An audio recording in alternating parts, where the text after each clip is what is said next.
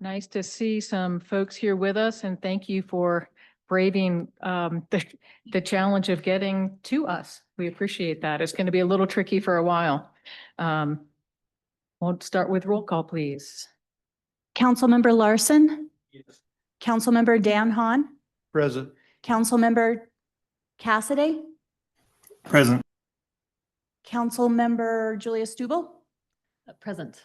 Councilmember Cox, Present. Councilmember Josh Hahn, Yes. Mayor White. Present. You have a quorum, Madam Mayor. Thank you. Before we move to approval agenda, since we do have some new folks here joining us, which again is awesome, a reminder, please make sure cell phones are on silent. If you need to have a conversation, please step outside of the room and move well away from the door, because even whispers in the audience and whispers just outside the door do have a weird way of coming in for that. So thank you for that. With that, could I get a motion to approve the agenda? Mayor, I move we approve the agenda. And a second. Moved by Councilmember Stubble, seconded by Councilmember Larson. Call for the question, starting with Councilmember Hahn. Mayor, Yeah. if I may interrupt, we also need to amend it. Oh, I'm sorry. Bills and claim. I apologize. Yeah. Thank you. Councilmember. Do I say yes? Yes. Yes. Yes. Yes.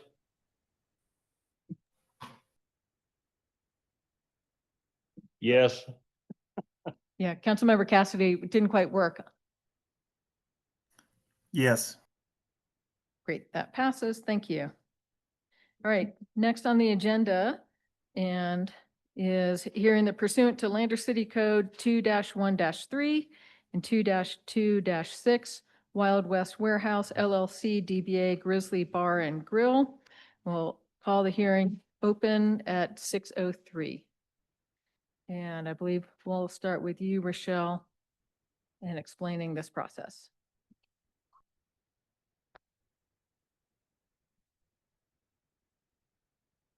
Thank you. The notice of setting is in your packet. In essence, pursuant to Lander City Code 2-1-3 and 2-2-6, Wild West Warehouse LLC doing business as Grizzly Bear Bar and Grill, Vincent Young, was notified to come today, and I believe he is here. And the notice states that Wild West DBA Grizzly Bar and Grill is operating the bar and grill license contrary to Wyoming State Statute 12-4-4113 that requires a bar and grill license to cease sale of alcohol and malt beverages when food sale and services are not available or cease. Second of all, the city clerk received a notice of sales tax delinquency and a sales tax hold, which is State of Wyoming issued pursuant to State Statute 12-2306. And I would let the council know that I received a release this morning, and so that matter has been addressed. During the times of these allegations, the license holder was Wild West LLC, Grizzly Bar and Grill, Mr. Young. So Ms. Young, yes, please come forward and have a chance to respond to that. Oh, well, hang on one second. Let's make sure we get the microphone working for you. Or if you want to come forward all the way and use, sit up front with one of those. Yeah, might as well make it easy.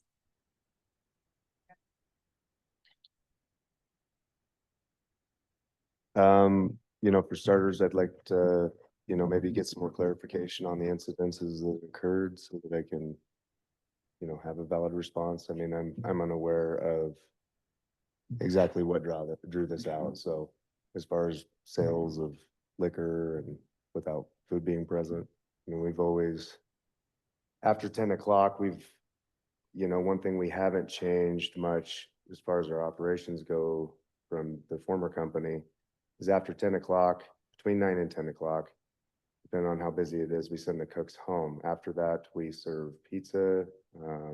If I'm there, I'll kick the fryers back on, wherever the case may be, but we go off menu after 10 o'clock, and that's how the end zone formerly operated. Especially in the slow months, it just isn't, it doesn't make sense for us financially to be paying a cook to necessarily be there until 2 o'clock in the morning when we have, other, like bar foods, things like that can be served. The one incident that I read, very briefly was the chicken wings were denied to an individual. That wasn't from me personally. It would have came directly from a bartender. Um, you know, I don't know what actually transpired with the incident, but I can tell you that it was a new bartender. She probably was unaware of that. It's probably something that got missed in the onboarding process. I don't know. I know that he was specifically denied chicken wings. He wasn't necessarily denied food from what I was told. So, I mean, I want to have a good relationship with the city of Lander. We've taken significant steps to try to, get rid of the kind of the stigma that's over the end zone bar and grill. We've tried to really change things up. We've tried to become more kid friendly. We're finding different innovative ways to, upgrade downtown and, create a safe environment for people to come to. I mean, it is at the end of the day, after 10 o'clock, it becomes a bar. I mean, that's just what it's always been. We have live events. I mean, I'm trying to work with local musicians, local artists to,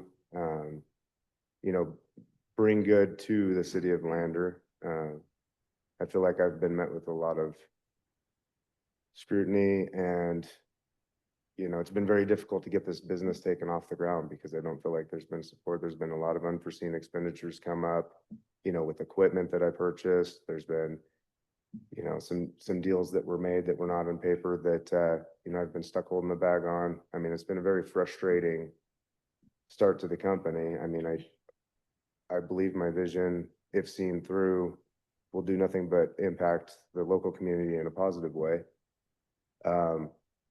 I've also, I can't remember the name of the company that's doing it, but, I've donated a pretty significant amount of money to the Lander Valley High School already. I'm a VIP member for, I'll have to get you the information for who it was, but they do all the like shirts and stuff for the football games, things like that. We're trying to implement the Ace of Spades game, which, we're withholding a percentage of the winnings of that. It's a weekly raffle basically where the winner donates a portion of that to a local nonprofit of the winner's choosing, but it'll be withheld by the bar when that takes place. That way we can guarantee that it impacts the local community if somebody from out of town wins it. But it's, I mean, all this is revenue based. I mean, like we're looking at updating security on the exterior of the building. My vehicle was just vandalized. We're not sure who it was, but, this is all revenue based. I bought a bar and grill going into winter time. We're just getting into the busy season. I'd like an opportunity to have, a fresh start with the city of Lander. I can't name an incident that's taken place that has not taken place at any of my competitors. We mitigate problems as much as we can. And that's all I can really say about it. I mean, we don't have any issues with over serving. We haven't been stung with, distribution of alcohol to minors. I mean, I think we run a pretty tight ship. I have a whole new team. I mean, there's nobody there that's from the end zone formally. So, I mean, it's been difficult, but I'm there. I mean, a lot of people in the community and even probably local law enforcement can say that, I mean, I'm there all the time. I mean, my eyes are on everything. So I don't know what else. I don't know what else to do. Thank you. Appreciate hearing all the things you're doing and trying to get your business off the ground and supporting other entities. The heart of the matter here, though, is that to be in accordance with a bar and grill license, food has to be served, prepared food has to be served when alcohol is being served. Right. And ultimately, that is your responsibility to make sure all of your servers can answer that correctly. Yes, And the ma'am. reason this came to our attention as the city is private citizens tried to order food when alcohol was being served and found that food was not available. And that's what Okay. came to the attention of the city. Well, that's good to so- know. And like I said, is being watched very closely now too. So, Yep. I mean, so- I'm even cooking, so I, So how, how you want to manage having prepared food available, whether it's the cook or some other thing after you get into the slower hours. That's up for you to decide as a business owner, but you are required to have prepared food available for purchase when Yes. alcohol is being served. Yep. Another component of the bar and grill license, and there are multiple types of liquor licenses. Another element of that is as your license comes up to renewal, you are required to show that a minimum of 60% of your revenue comes from food sales or food or entertainment, excluding any adult entertainment. Are you aware of that? yeah, and I mean, we seem to be, that's about how we're trending right now. And we've also implemented, we just switched over to a whole new operating system less than 2 weeks ago. I mean, we're able to actually track a lot closer. Able to track those analytics a lot closer than we were formerly. I mean, it's gonna be a game changer for me from an operations management standpoint, big time, so.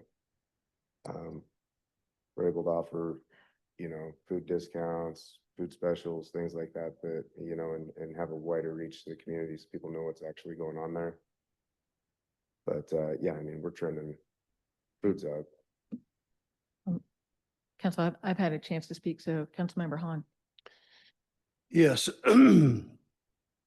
I just want to say that this isn't something new in the 18 years that I've been up here. This has happened, and we have worked with bars to correct different problems. The one thing that I'd like to ask here is, I'm not sure of the steps or if we even have steps in line. I would assume that we have a warning. I would assume that after a warning, we would have a small fine, maybe a bigger fine, and then you work on to suspending a license. So my question is, what do we have laid out here at the city for a situation like this? You'll have to forgive me, I've got a cold, so my voice is coming and going. But currently, the steps are that if you want to seek revocation or suspension of a liquor license, there's a lawsuit that is filed with the district court for revocation or suspension of that license.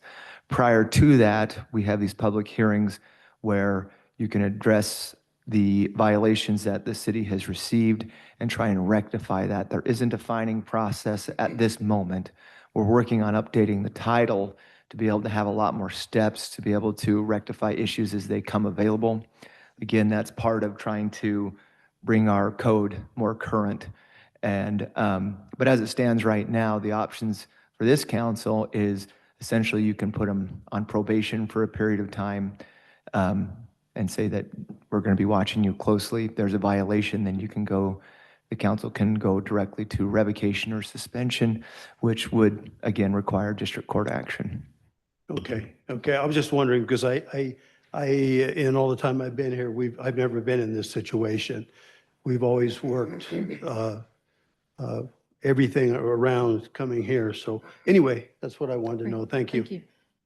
Other council members? Yes, ma'am. Is there a specification on like the food that is getting served? Because I kind of get his point, like after 10 o'clock at night, to have somebody standing in a kitchen over the grill when, you're probably not going to have a whole lot of people wanting to, they're not there to eat food most of the time at that time of night.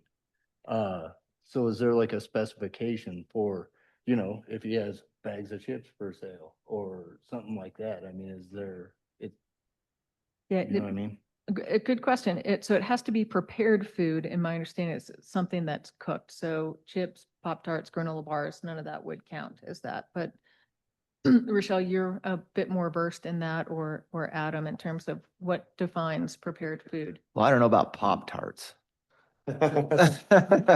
Let's be realistic. They're wonderful. Okay. I like it more. Not really, not really our top sales item either. No, but you are correct. It can't just be chips on a counter. It has to be something that needs to be prepared. So like get a microwave pizza and throw it in the microwave and prepare it. That would qualify. Perfect. Okay, thank you. Can I speak? Yes, please. So, I mean, and like I said, we are cooking pizzas, you know, after we send the cook home, things like that. We have looked at potentially going to more of like a barbecue line with like a hot and cold line for our foods. So that they could be easily prepared after and later hours, things like that. I mean, it's all being considered, but it was never the intent to not be selling food you know, up until 2 o'clock in the morning. It just doesn't make sense to have a cook there to do like the smash burgers in particular, things like that. It's just not financially feasible. We have mimicked the end zone. That's one of the very few areas where we have mimicked them and how we go off menu after 10 o'clock at night, give a cook an opportunity to go home. We're having issues finding cooks too. I mean, like I said, I'm back there in the kitchen, I'm behind the bar. I'm bouncing my own events. I mean, I'm there, you know, filling those shoes. We have somebody there to cook at all times. So, you know, and like, I very vaguely know about the incidences that were reported. So, I mean, if I knew more about it, I could give you more information on it. I don't know. This was brought to my attention way later. So, and I just want to make sure that I'm being held to the same standard as, you know, competitors, you know, how the former ownership was treated, because we are not the End Zone Bar and Grill anymore. We're Grizzly. We're trying to upgrade everything. We're trying to be better in areas. And we're not run by the same person. We're a completely different entity. So, and I want to have a good relationship with the city. I have, you know, I don't want to start this off on the wrong foot. But, you know, a little bit of support in this area. You know, I'm new to, you know, new to town, new to the business. I mean, I need, you know, this is a learning experience for me as well. Mayor, if I may. Yes. Thank you. Mr. Young, thanks for coming tonight. It's helpful to hear what you have to say. One thing that you've mentioned is that after 10 PM, the Grizzly is a bar. And that is a red flag for me because you have a bar and grill license, not a retail license, not a package license. So when you speak about your competitors, I want to name for everyone here that the 3 other bar and grill licenses that we have in town are El Sol, Vaquero, and Molinos. Okay. And those are places that I think of as restaurants where Yeah. food is available Yeah. the entire time that alcohol is being served. We do treat you consistently with those 3 other entities because we have proof from them that they're hitting that 60%, 40% revenue divide. That's, as Mayor mentioned, you know, data we get at the end of every year. So we have had evidence that you're not meeting that you're not serving food at the same rate that those competitors are. I think that you should consider seeking a different type of license. If you're trying to run a bar, not a bar and grill, then you've got the wrong type of license here. Yeah, and let me reiterate, like the comment that I made regarding that is just like the crowd that seems to attract to the establishment at that time is just what, you know, it's kind of the same crowd that's always been there. It's not that that's what we're trying to tailor to, it's just that that's just kind of, I mean, what it's been for me since I've been there. I mean, I didn't step in there and reinvent the wheel by any means yet. So, I mean, it just, the crowd definitely changes after that time. You know what I mean? So, like we don't get asked for a lot of like burgers, wings, things like that after 10 o'clock at night. That's when we move to, you know, like the bar pizzas, we've got a hot dog warmer, things like that. Basically, we call it bar food. I'm sorry.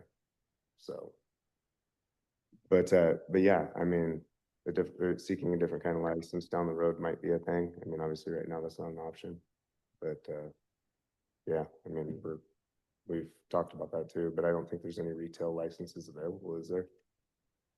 Not at present, no. Yeah, so I mean, There's always folks you could call to see what Yeah, they're doing with there. true. yeah, so I mean, like, I mean, it is what it is. Like I said, it's a learning experience for me too. You know, if you guys have suggestions, I mean, I'm all ears on ways that we can. Yeah, I can't say that I have any suggestions about how to run a bar and grill, for that. I again, appreciate that. It's not easy to get a new business started for that. Nonetheless, that is your responsibility as the license holder to be in compliance with these things. And for me, having heard that it's not been consistent, that I would be in favor of some kind of a probation period. Maybe that's a 6-month period where there would be spontaneous, unannounced checks to verify that food is available when liquor is being served. And I would hope that that's a sufficient window for these kinks, as, get some of the wrinkles ironed out in the process. But Well- it's something that has to be in order. And also I want everybody to take into account that, the actual purchase of the end zone was, dated end of November. I mean, we have not even been in 6 months operation yet. So, I mean, at least take that into consideration. Like, I mean, we're making headway. We've met, like I said, there's been a lot of unforeseen expenditures. Some other things at play there too, that, we weren't prepared for, but, so I just want that taken into account. I mean, we're all learning. And I have a whole new crew now, so. Thank you. Councilmember Hahn. And then also council members online, if you're interested in speaking, please use the hand icon. That makes it a little easier for us to see that you'd like to speak. So and the acoustic, it's hard to hear in here, but so we do not have a defined structure for 1, 2, 3, 4, 5. We do. I mean, if he violates again, then the council can make a decision to revoke or suspend his license. And that would be authorizing an attorney to initiate a legal action to terminate that or revoke that license. So that happens after tonight? Is that what you're saying? It If could. we go for probation? Not necessarily. If this council wants to move to revoke or suspend his license, then you'd have to authorize an attorney to bring a legal action to do so. If you want to impose a probationary period, you can do that because it doesn't require any formal legal action.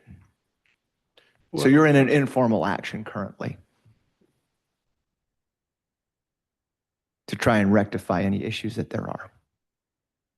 So as of right now, there was a warning, a possible probation, and then a fine. There's no fine, Not under our current. not under our current Title II. codes. Well, I personally think that what I've seen in all the years that I've been here, we've never been to this point. And to tell you the truth, with the history of what's been going on for the last month or 6 weeks with people with a friend of mine has a license, and he was harassed, and because there's some people that want to start a business. This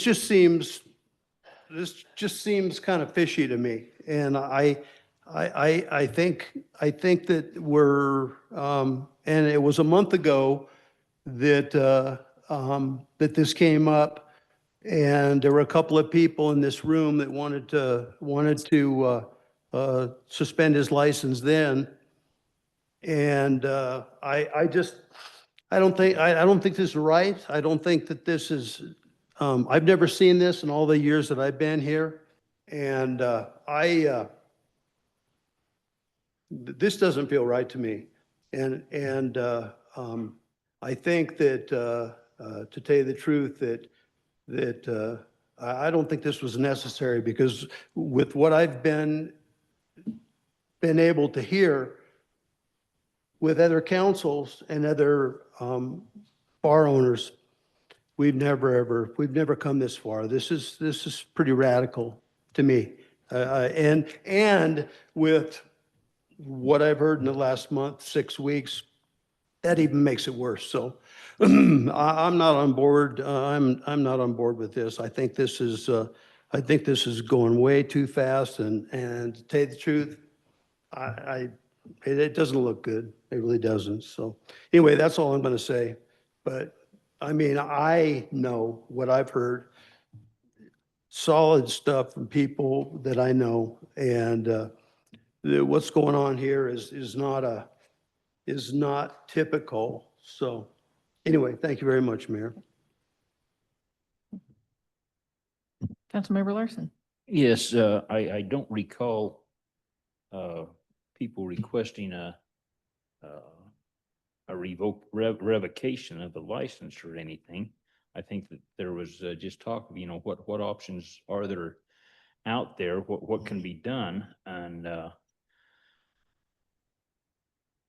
I think the main thing is, like Julia was saying, you've got a bar and grill license, and so you have to live by those rules.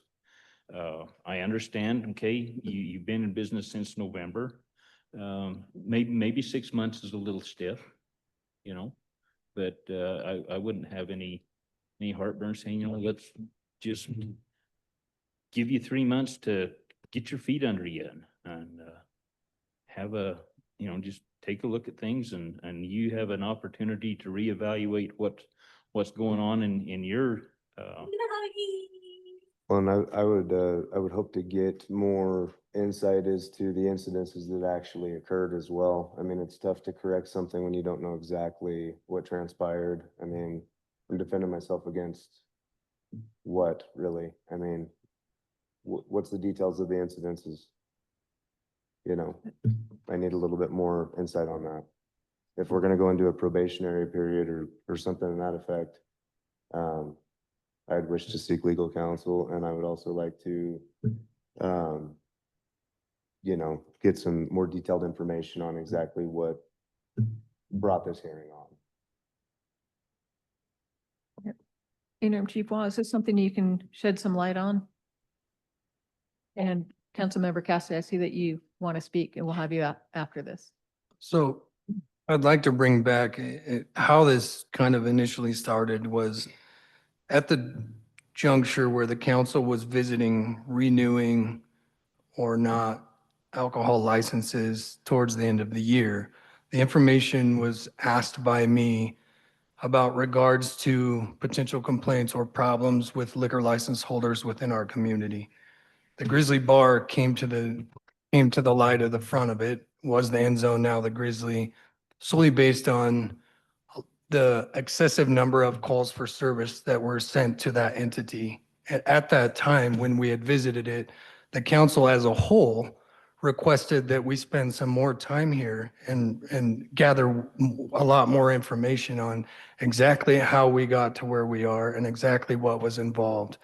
And what's happened since that is we've spent the time to gather information, to figure out where we are. We've done due diligence with the police department, following up on complaints from the city. So, Mr. Young, so you understand, this is not targeting you specifically. We were approached by constituents of our community with complaints. In doing so, we follow up on complaints. That's what the police do, okay? And these were specific complaints that were brought to us that we followed up on. And in doing that, we've exposed that those things were not happening like they were supposed to be happening. And that's how we've ended up here.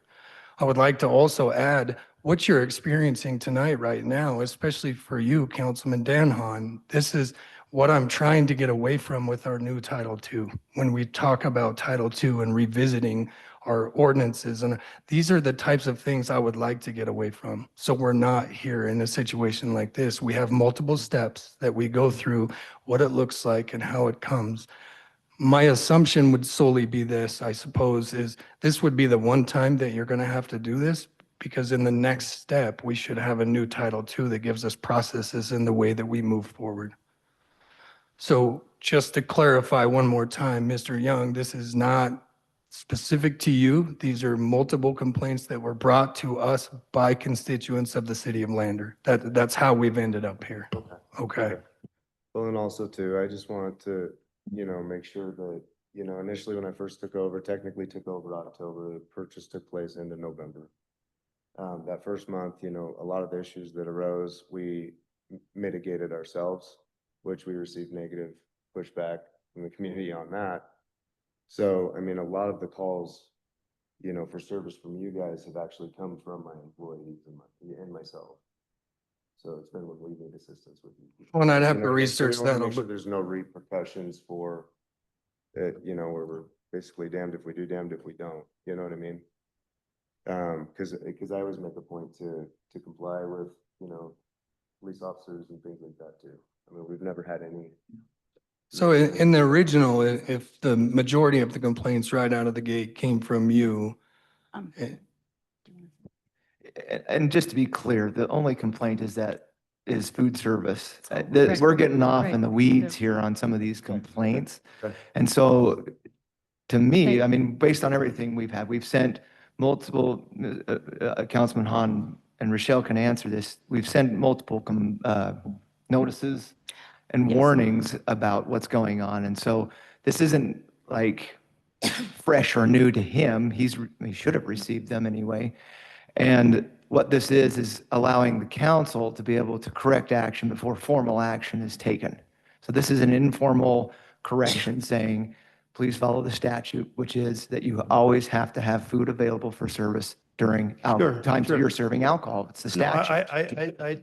I totally agree, and Captain, thank you for that. I'm just, this has been going on in a perfect world. Everything is perfect. It's not a perfect world. It happens to different people. What I'm saying is,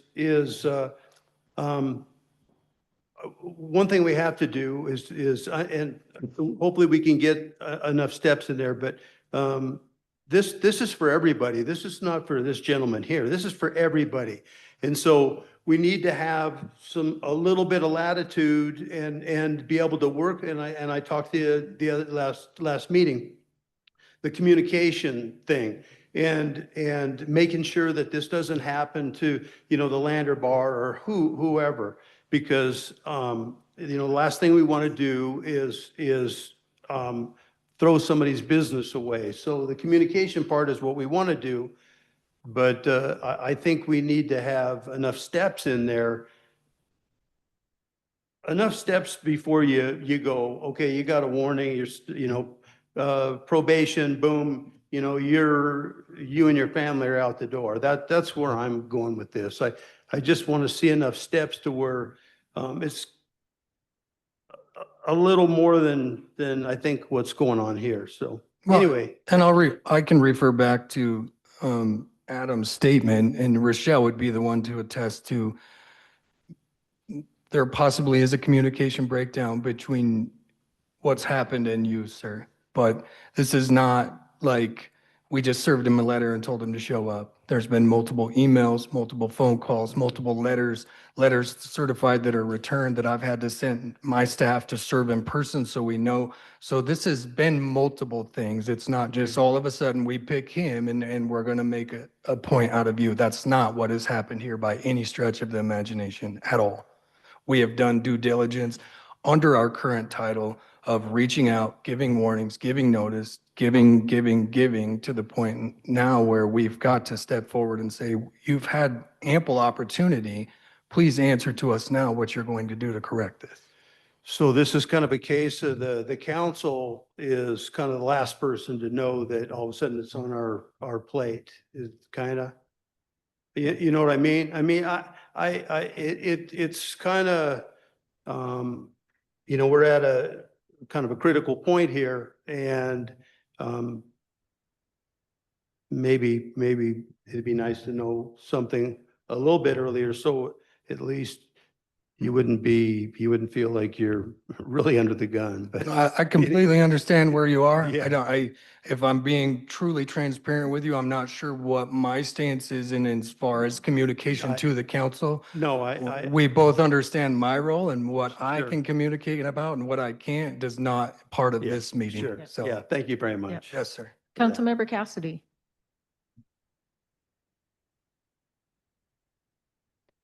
You're still muted. Thank you. I have a kind of a multi-part question or comment specifically focusing on the food service violation, which it seems that we're trying to discuss. And I feel like we owe Mr. Young the following. Who reported the violation of the food service, specifically when that violation was reported and what method that was reported, to whom that was reported, how that was verified by the city, and then the specific violation date. It sounds like to me that he's got questions of that nature for this council, and I think that we owe him that. Thank you. Thank you. So, Councilmember Cassidy, some of those things are addressed in the May 27 letter that was sent to Mr. Young. It's not appropriate for us to note who the private citizens were that initially brought the complaint, but those were then followed up by Lander PD. Councilmember Stupel, did you have? Yes, thank you. I wanted to make sure Councilman Cassidy didn't have any follow-up there. I'm concerned that this is the first time it's come to a council, and I won't speak for why former councils perhaps didn't take this type of our duty seriously, because I think it is absolutely incumbent on us that we closely and carefully regulate alcohol sales in the city of Lander to make sure that our community is a safe community. And we have an exceptionally safe community. We've heard incredible reports from the police department about our rates of crime. But I do want to draw attention to, when you think of our scariest, our worst crimes, type 1 crimes, 60% of those are tied to the overconsumption of alcohol. And overconsumption of alcohol stems from overservice in some of our establishments. I disagree with you, Mr. Young, when you say you don't overserve. I think we have evidence that you do. Those are calls are made, and those are documented. Again, you're getting off in the weeds. This is just about food service at the time alcohol is being preserved, okay? So it is incumbent that we take this regulation of these license holders very seriously. And I'm glad that we're doing this tonight. And so I think the probation that we have a period of time where food sales are documented and by you in your profit margins of 60-40%, and by verification by our police department that at all times prepared foods are being offered when alcohol is being served. 3 months feels to me an appropriate amount of time to check back in on that. And I want to add one more issue to that probationary period, and that's that you're staying on your payment plan for sales tax, because you've said you want to have a positive impact in the community. Part of the positive impact of establishment like yours can have is that there's revenue coming into our city coffers to help cover the costs that come to us when we have to regulate these businesses and provide services to our community. We're not seeing that sales tax revenue. Is it true that your sales tax payment plan is for 36 months and at $400 a month? Is that accurate? If I can Yeah, something like interject that. real quick, the only time they have to prove that is during license renewal. And that would not be appropriate right now because it's not part of license renewal. So we can't impose that on him or on his business, because that would be arbitrary and capricious. Okay. Well, I look forward to hearing about that in January then, when we look at renewal. But a 3-month probationary period for food service, Mayor White, is something I would support to ensure that food service is happening when alcohol sales are happening. Okay. Thank you. Councilmember Joshua. Mr. Young, I would like to apologize first and foremost. I thought that was a little uncalled for. This isn't court. This is a council meeting, and you're treating him like a criminal, and I think that is offensive. That is ignorant. Not cool. We got public out here. He owns a business in town, and you're slandering his business off of something that nobody knows. Unless you've gone through all the police files and read what happened, you don't know. That's not okay with me. I'm not here to treat people that way.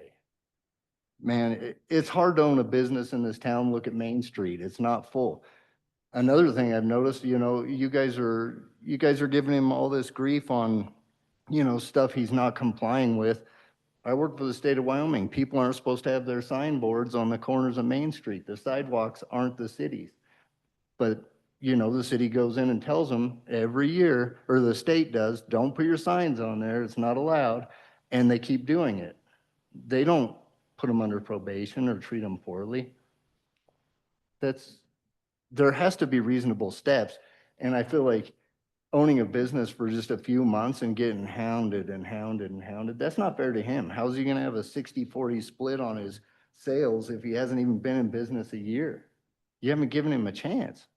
Like, I think he's treated unfairly. And that's my personal opinion, but I think we're a little hardcore on him right now. I mean, dang.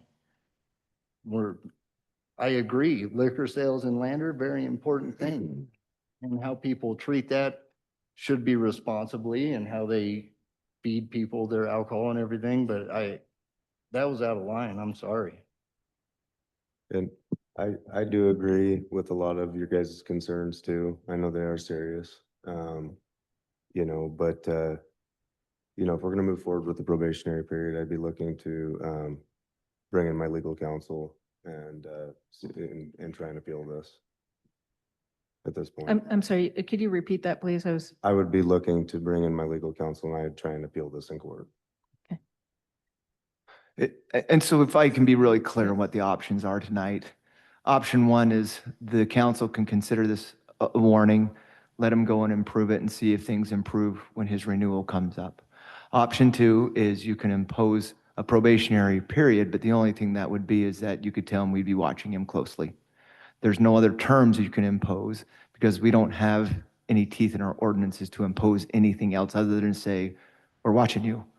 The third option is the council could say that his violations are so egregious that you would want to pursue legal action to revoke or suspend his license. So those are really your three options, if that makes sense. Questions on your options? Yeah. So Councilmember Cox, I see your hand is up. And then Councilmember Cassidy, if you have questions, again, your hand is also still up. So Councilmember Cox. Thank you, Mayor, and thank you, Attorney Phillips, for clarifying what our role is tonight or what our options are.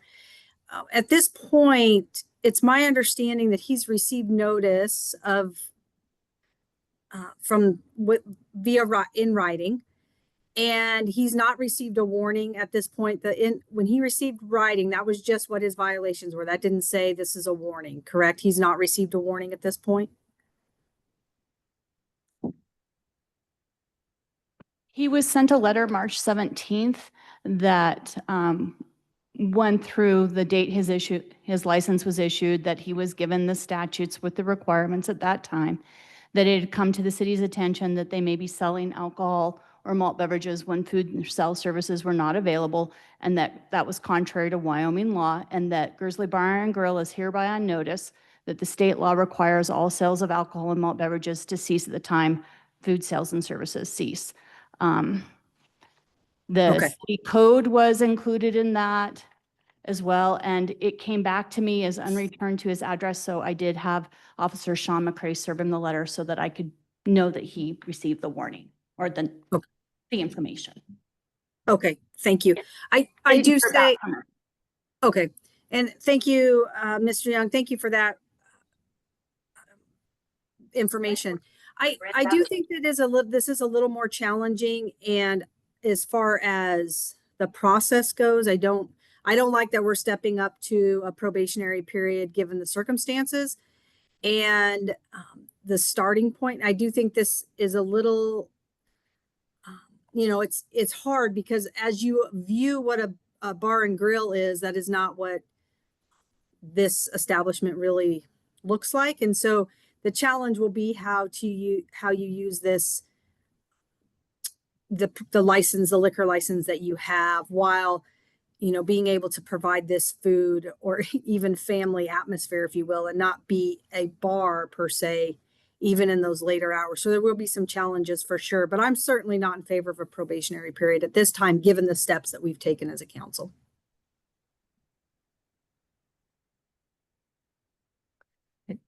So Adam, a process question at this point. So in terms of an action by the council, is this where we would have a motion and a second and vote on it? You would have to do something along those lines to be able to have some sort of formal action, whether it's going to be, this is a warning and it's a formal warning. If that's the way that the council is going to go, I don't think that would necessarily be an action item because that would be taking care of itself during like liquor license renewal. If the council is going to take an action for probation, then you would have to make a motion and have a second. Or if you wanted to pursue revocation or suspension, that would also take a formal action. Okay, thank you for clarifying.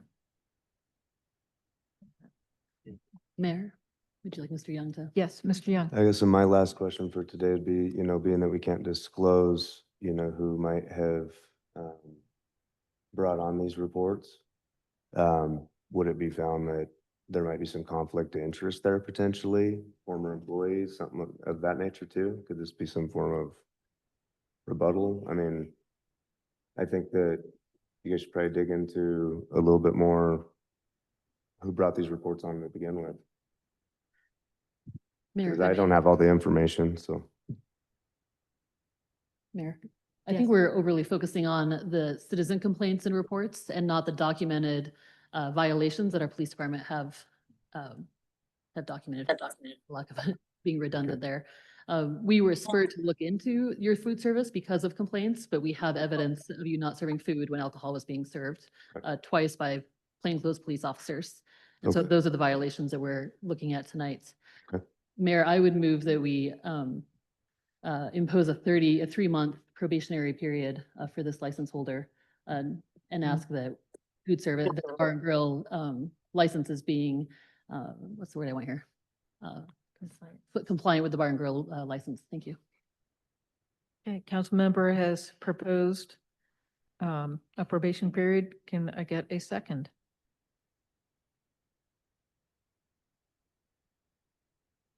Okay, hearing no second, that motion dies. So I think then what this serves as is, Adam, can I call it a warning? Then that, Sorry, there was a weird sound. It's not Pop-Tarts, I know that. Yeah, so this would, if that's, yeah, this would serve as a formal warning. And then the city will, during the renewal process, be checking. And to that end, I know that the city has been working diligently on updating Title II to be able to have more formal steps to be taken so we don't end up in this position again. Because it's not comfortable for anybody. And I know that the city staff has been working very hard to rectify this so that we aren't in this position. And it's not going to be pointing out one bar owner. It's going to be applicable to everybody who has these licenses. I will also point out that the bar and grill license, although having been around since 1977, was modified in 2017 and again in 2023. And the rules associated with those are a lot more intense. And so it's probably, I mean, I know that that's why not a lot of issues have come up with previous bar and grill licenses, but the rules are a little bit more intense in terms of the number or the percentage of food being served versus alcohol. And so there may be some other issues that come up with other bar and grill license owners, but I think the biggest thing is that it's important for people to read and understand those statutes that are associated with those licenses. And if you don't read them or understand them, then get a lawyer to explain them to you, because there are very specific rules that need to be followed or else, you know? And that's why our Title II, updating that will help us greatly in doing so. thank you. One last comment? So can we put a fine in there? You We could said we be- don't, but can we? Currently, we do not have that step, but we can, because we can be more restrictive than state statutes. State statutes, all they say is the city can revoke or suspend through court action. That's it. So we can be more strict than what statute says. So yeah, we can do that. I would like to see that. That's what's being proposed in our Title Okay. II revision. Thank you. Okay, with that, closing the public hearing at 6:50. Thank you, Mr. Young. Appreciate you being here. So next we have public hearing for the City of Lander budget for fiscal year 25-26. So open the public hearing at 6:51. So Shari, I think we start with you. General Fund, $8,232,382. Enterprise Fund, $41,025,698. Optional tax, $10,015,817. Economic Development tax, $1,075,000. Airport Fund, $1,908,528. Capital Projects, $200,000. Senior Center, $21,000.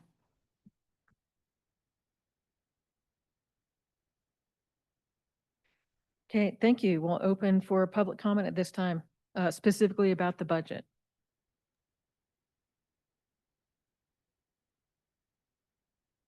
Okay, seeing no one from the public, council, any comments? This will be a voting item later in the agenda. Councilman Larson. I think that we've discussed this in work sessions and other meetings that I feel comfortable. Comments from? Also comfortable, Mayor White. I think, I like to think of budgets as documents that show our values. And yet again, this shows that we're being deeply prudent. We're saving for the future. We're investing in our infrastructure. I think we're being really careful stewards here. I'm pleased. I know there's some controversy around, there always is, around cost of living increases. But I am proud that we continue to approve those at reasonable rates for our staff across the board from top to bottom. I think that makes sure that we are able to retain staff and that their spending dollars don't go less far because we're not acknowledging that inflationary impact on their families and livelihoods.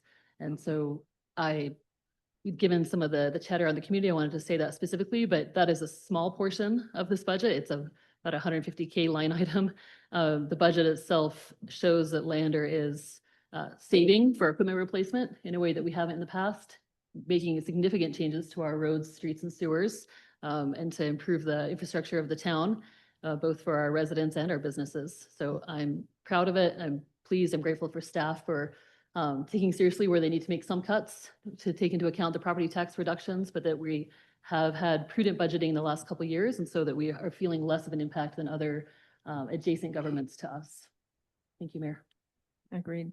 And Shari, I want to give a shout out to you because you've, certainly the last few years, but throughout your tenure here, you've had a very disciplined approach to our budgeting.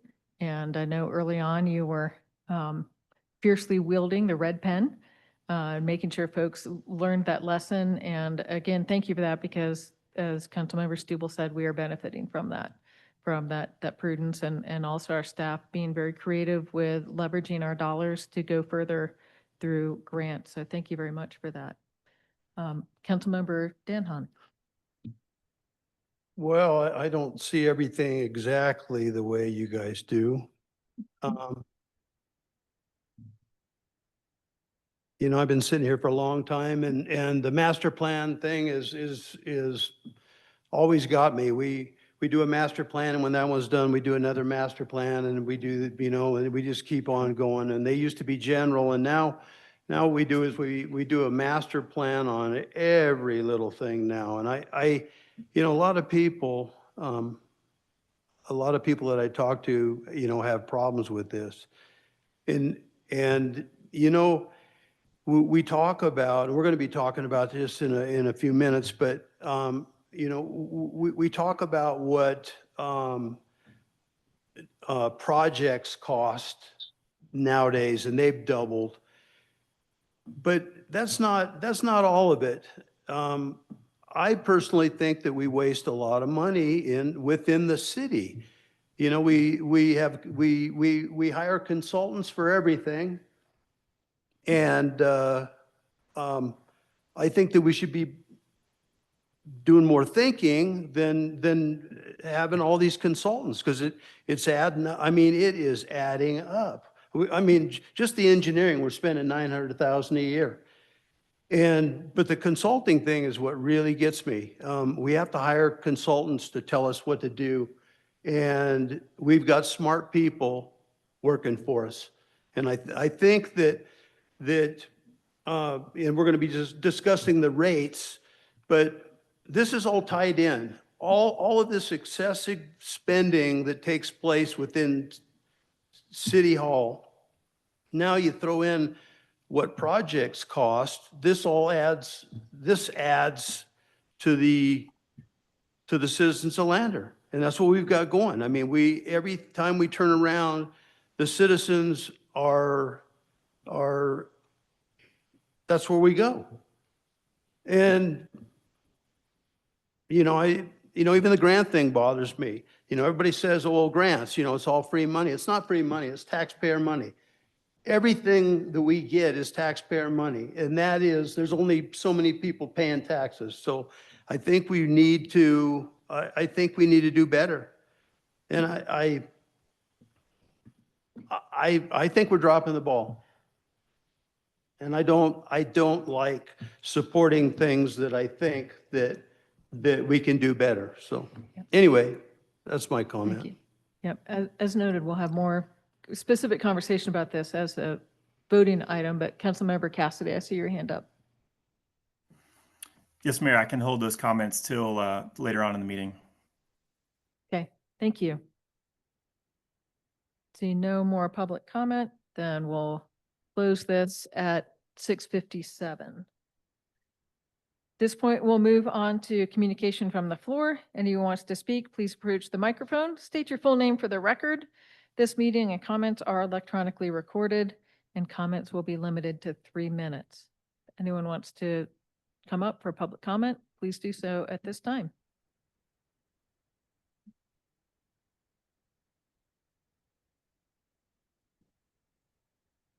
This one working? Hello? Yep. Working. Charles Woolwine.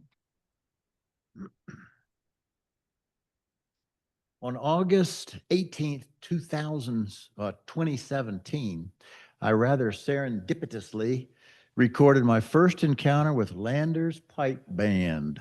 This is an actual recording of that event, if it's going to work. Yeah.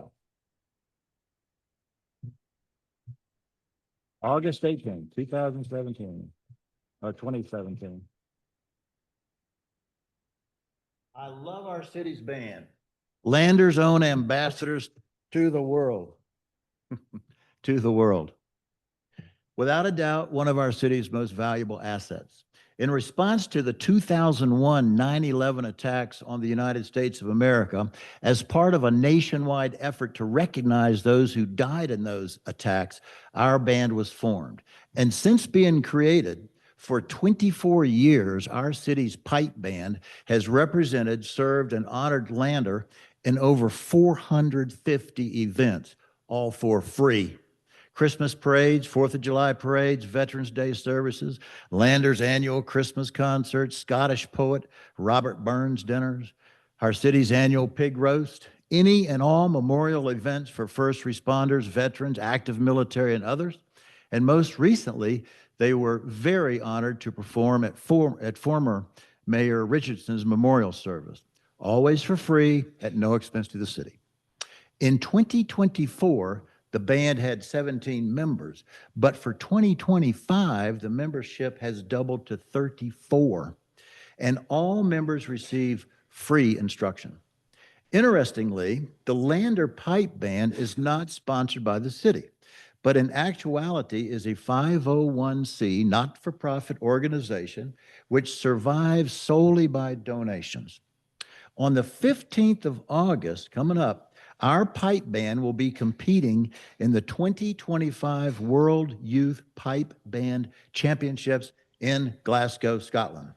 This is a historical first, but to get to Scotland, our pipe band needs our help. So tonight, as merely a fan of our band, I'm asking every Lander organization and individual during the May 1st to July 10th Combined Challenge for Charities campaign to continue to support the charities of your choice. Okay, continue to do what you do. But in addition to your regular giving, I'm asking you to please consider making an additional contribution to our Lander Pipe Band as they work to realize their dream of competing in Scotland. Thank you. Thank you, Mr. Woolmine. I hope you don't mind me adding on to that, that while I certainly appreciate donations through the Challenge for Charities program, they won't receive that until after their trip. So if you're so inclined, there's an option to donate to them now in advance of their trip. So hope you don't mind me adding that in. They're a great group. Thank you, sir. Anyone else for public comment?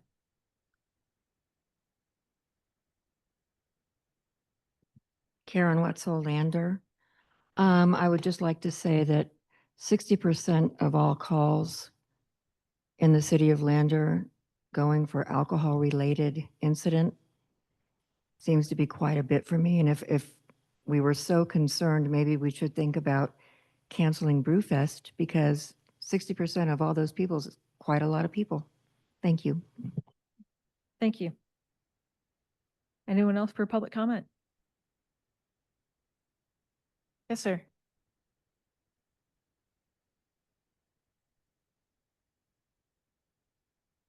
Yes, good evening, Mayor White, Councilman. My name is Jeremy Bingaman, 25-year member, Lander Volunteer Fire Department, currently serving as Assistant Chief. What I'm here tonight at public comment is to read an email that was sent to the mayor and all the councilmen and many city staff regarding the master plan for the Parks and Rec, specifically our fire department drill field. Eric Sywick starts out, I apologize for getting this email out so late to you. Hopefully you get some time for tomorrow night's council meeting. I unfortunately will not be able to attend the council meeting where the Parks Master Plan is presented due to work. However, I was able to, and he should be online tonight to watch. I must say that I was surprised to see in the city council portion of the plan that the fire department drill field is simply being removed. The surprise to us comes as the proposal hasn't even been brought to the fire department's attention and seems to be a way to slide it through without our knowledge. The last conversation we had with us is being proposed to possibly restructure the drill field, design it to make it more user-friendly for not only the fire department, but the baseball field to ensure, and also to ensure flood mitigation to go on accordingly. With all that said, I would like to make it known that I and the members of the fire department are strongly opposed to removing the drill field from its current location, especially without assurance that it will be rebuilt in another location. I would like to share a little bit of a history with the drill field and what it means to our members. The drill field property was donated to the fire department sometime around the late 60s, early 70s to build into what it is today. While we understand that this donation makes it city property, I truly believe that you wouldn't even have the opportunity to utilize it as part of the park if it wasn't for this donation. This is our only location to do where we practice our skills for the annual State Firemen's Convention competition, which is taking place this week, we leave tomorrow, for the 92nd year. Prior to having this drill field, members would practice these skills on the streets of Lander. Once the property was donated to the field, it was originally built by the hands of our volunteers who set the tower and placed and poured the concrete and was there every step of the way to ensure that it got the best field at that time. The field was eventually named after a longtime firefighter and drill team member Quentin Larson in his honor. Today, members to continue to put the sweat and equity into the field as we view it as part of our home. We not only do drill practices there, but we also do trainings, picnics, kids' birthdays, graduations, et cetera, et cetera. We enjoy the location and it keeps us in the public eye where it lets people know that we are there training to get better to serve our community. We recently have fundraised over $125,000 to purchase a new training prop, and on it being on the drill field to help us keep again in the public eye as we train. If we lose this location, where is that going to put us?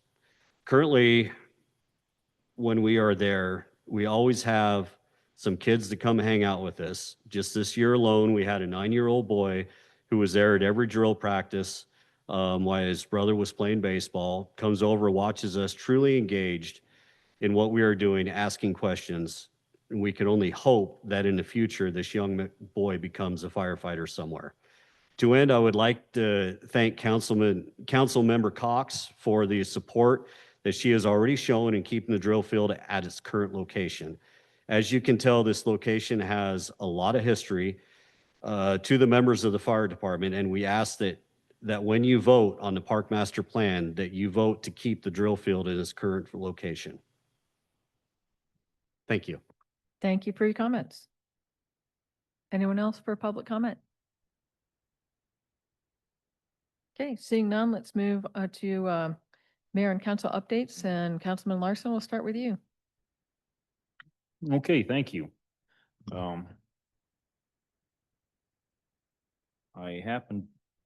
I was at the senior center there today for their monthly meetings, and that's a fun board to be a part of, and just trying to find my minutes.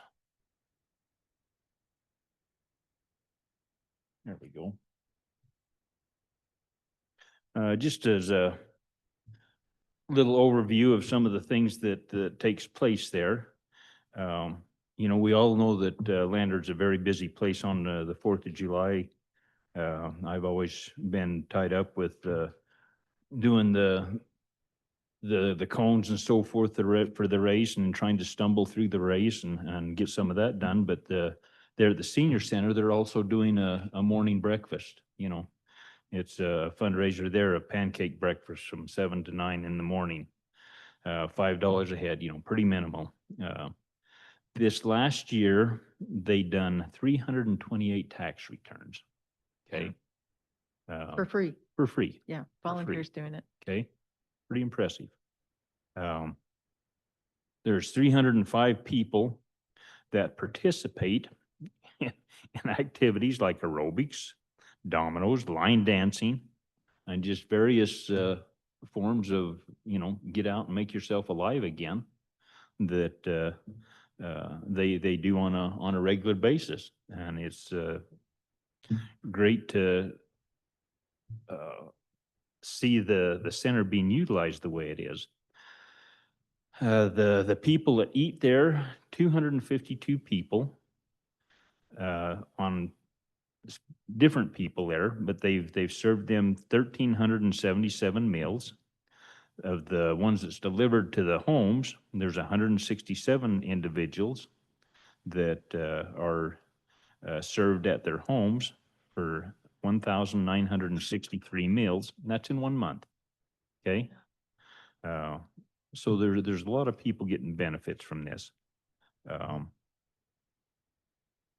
They are getting together another Wimpy burger. And then it could be a Wimpy or it could be the old-fashioned burger. It could go either way, but that's looking to happen in September. And you know, just a good organization. They're doing a lot of great things in the community. I've got the Aposia Conservation District meeting there tomorrow.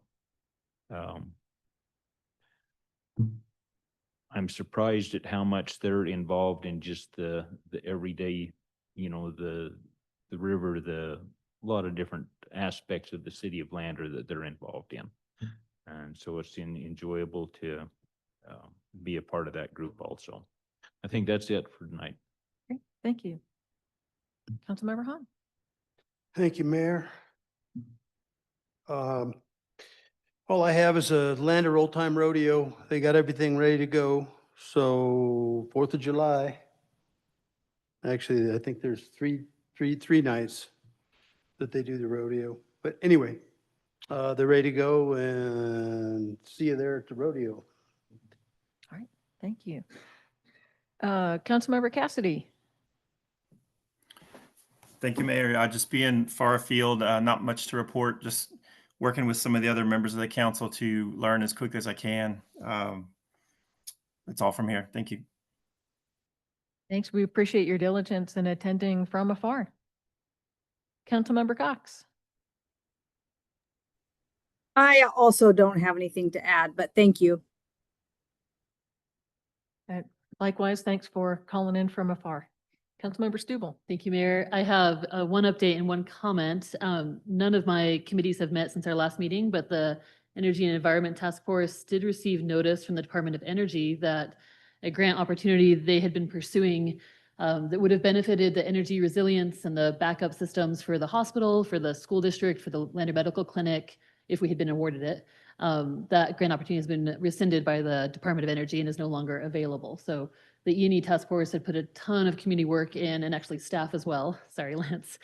Lance and Regine and Hunter and many other staff worked with the E&E task force to have a lot of community conversations with those stakeholders in the hospital, school district, food bank, churches about what kind of battery backups they might need in an emergency situation. So it's disappointing that that opportunity is no longer available.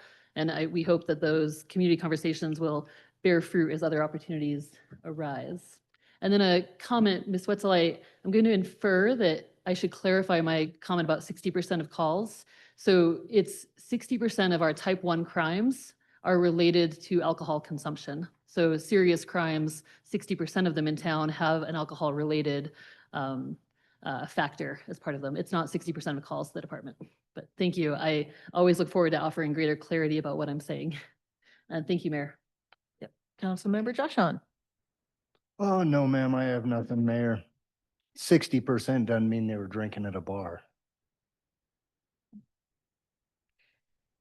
On my end, LIDA will be meeting next Wednesday, the 18th. I think it's since we last met that the seniors graduated, so congrats to the senior class, and also thanks for assistance with the parade. One of my favorite things for that. A bunch of us are headed to the Wyoming Association of Municipalities tomorrow through Friday, including myself. And one thing that we're trying to get out the door is a letter in support from the city of Lander in support of Wind River Job Corps. It's such an important training opportunity for kids who, for whom college isn't the right career path. They provide incredible both life skills and job skills, and we'd like to see that continue to be an opportunity. So that letter's going out from us. In terms of that, let's turn it over to staff, starting with Interim Chief Waugh. I have nothing. I'd be happy to answer any questions. Any questions for Interim Chief? Okay, see none. Lance? We're just managing 5 multi-million-dollar additional projects on top of our regular maintenance. So things are going okay. No major hiccups on any of those jobs. Happy to answer any questions that you may have. Right. So your days are really casual, aren't they? Very casual. Yeah. Well, I mean, I know it's challenging, but it is also perversely really nice to see Lincoln Street getting all the work happening. And again, it is just mind boggling to me how much work it takes to get new things in the ground. It is quite a project. Yep. Any questions for Lance? Okay, Shari. Assessor Berg got back to me yesterday with what we were going to get hit with or change in our assessed valuation. I budgeted less, so we actually have a cushion of almost 50,000. So that was good news to me. I really wanted to give a shout out to Lance and what we've done with the storage tank project. Out of that $10.5 million project, we've only had to pay 1.1% of that for $117,000. I agree, Dan, how you feel about taxes and federal dollars, but I know personally what I pay in federal income tax, I would just as soon see grants be given to the state of Wyoming than California taking those tax dollars. So I don't have a problem with grants for that reason, because it's sure helping the city be able to complete some projects that we certainly could not afford otherwise.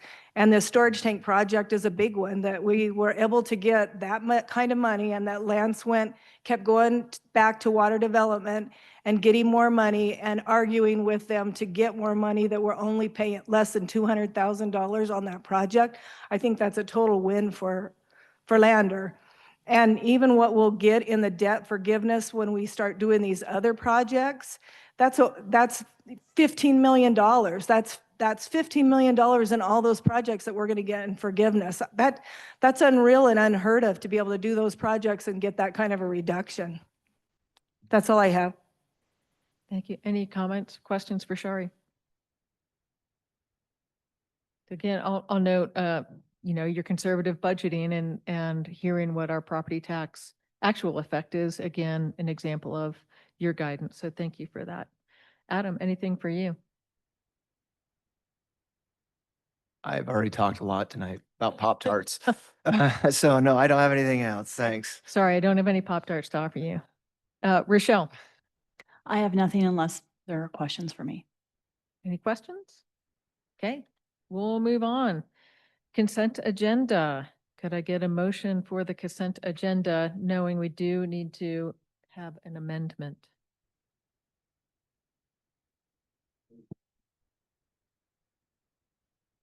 I'll second. Okay, and Adam, I'm sorry, I need to get my memory refreshed on this. When we have an amendment for the consent agenda, do we need to make that amendment before we vote on the final thing? You have to vote on the amendment first, then vote on the original motion as Okay. amended. So can I get a motion to amend the consent agenda to include the payment to High Country Construction for $452,982.23? So moved. Moved by Councilmember Larson. Could I get a second? I'll second that amendment. Second by Councilmember Stubble. So vote on the amendment. Councilmember Joshon. Yes. Yes. Yes. Yes. Yes. Yes. Thank you. And now a motion for the consent agenda as amended. Mayor, I believe we have the motion. That was the first one we made. Right. So it's on the Okay. table if I'm not incorrect. Yeah. Okay, so move to approve as amended. Councilman Larson. Yes. Councilmember Han. Yes. Yes. Yes.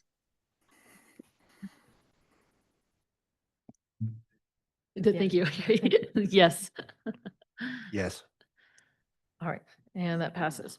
Moving on to new business. First item, approve resolution 1356, appropriation adopting the City of Lander budget FY 25-26. And apparently we have a move to amend a typo in the first paragraph. Oops, need to get to that. The first paragraph in your packet read the 10th of June, 2024, and it should be the 10th of June, 2025. I apologize.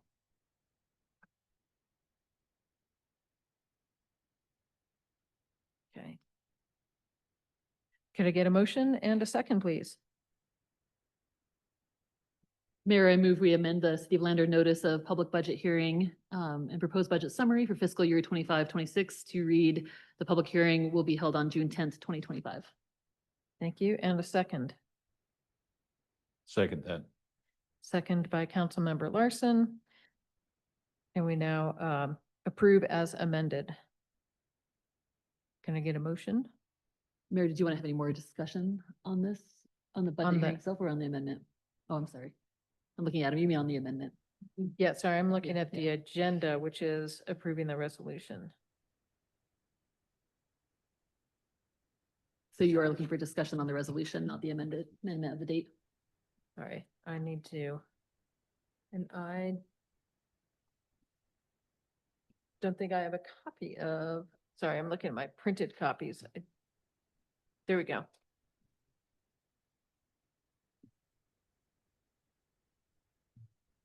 So I think, I'm sorry, I'm I getting know. confused here. So we have corrected the hearing date, and I actually have a corrected copy in front of me, Mhm.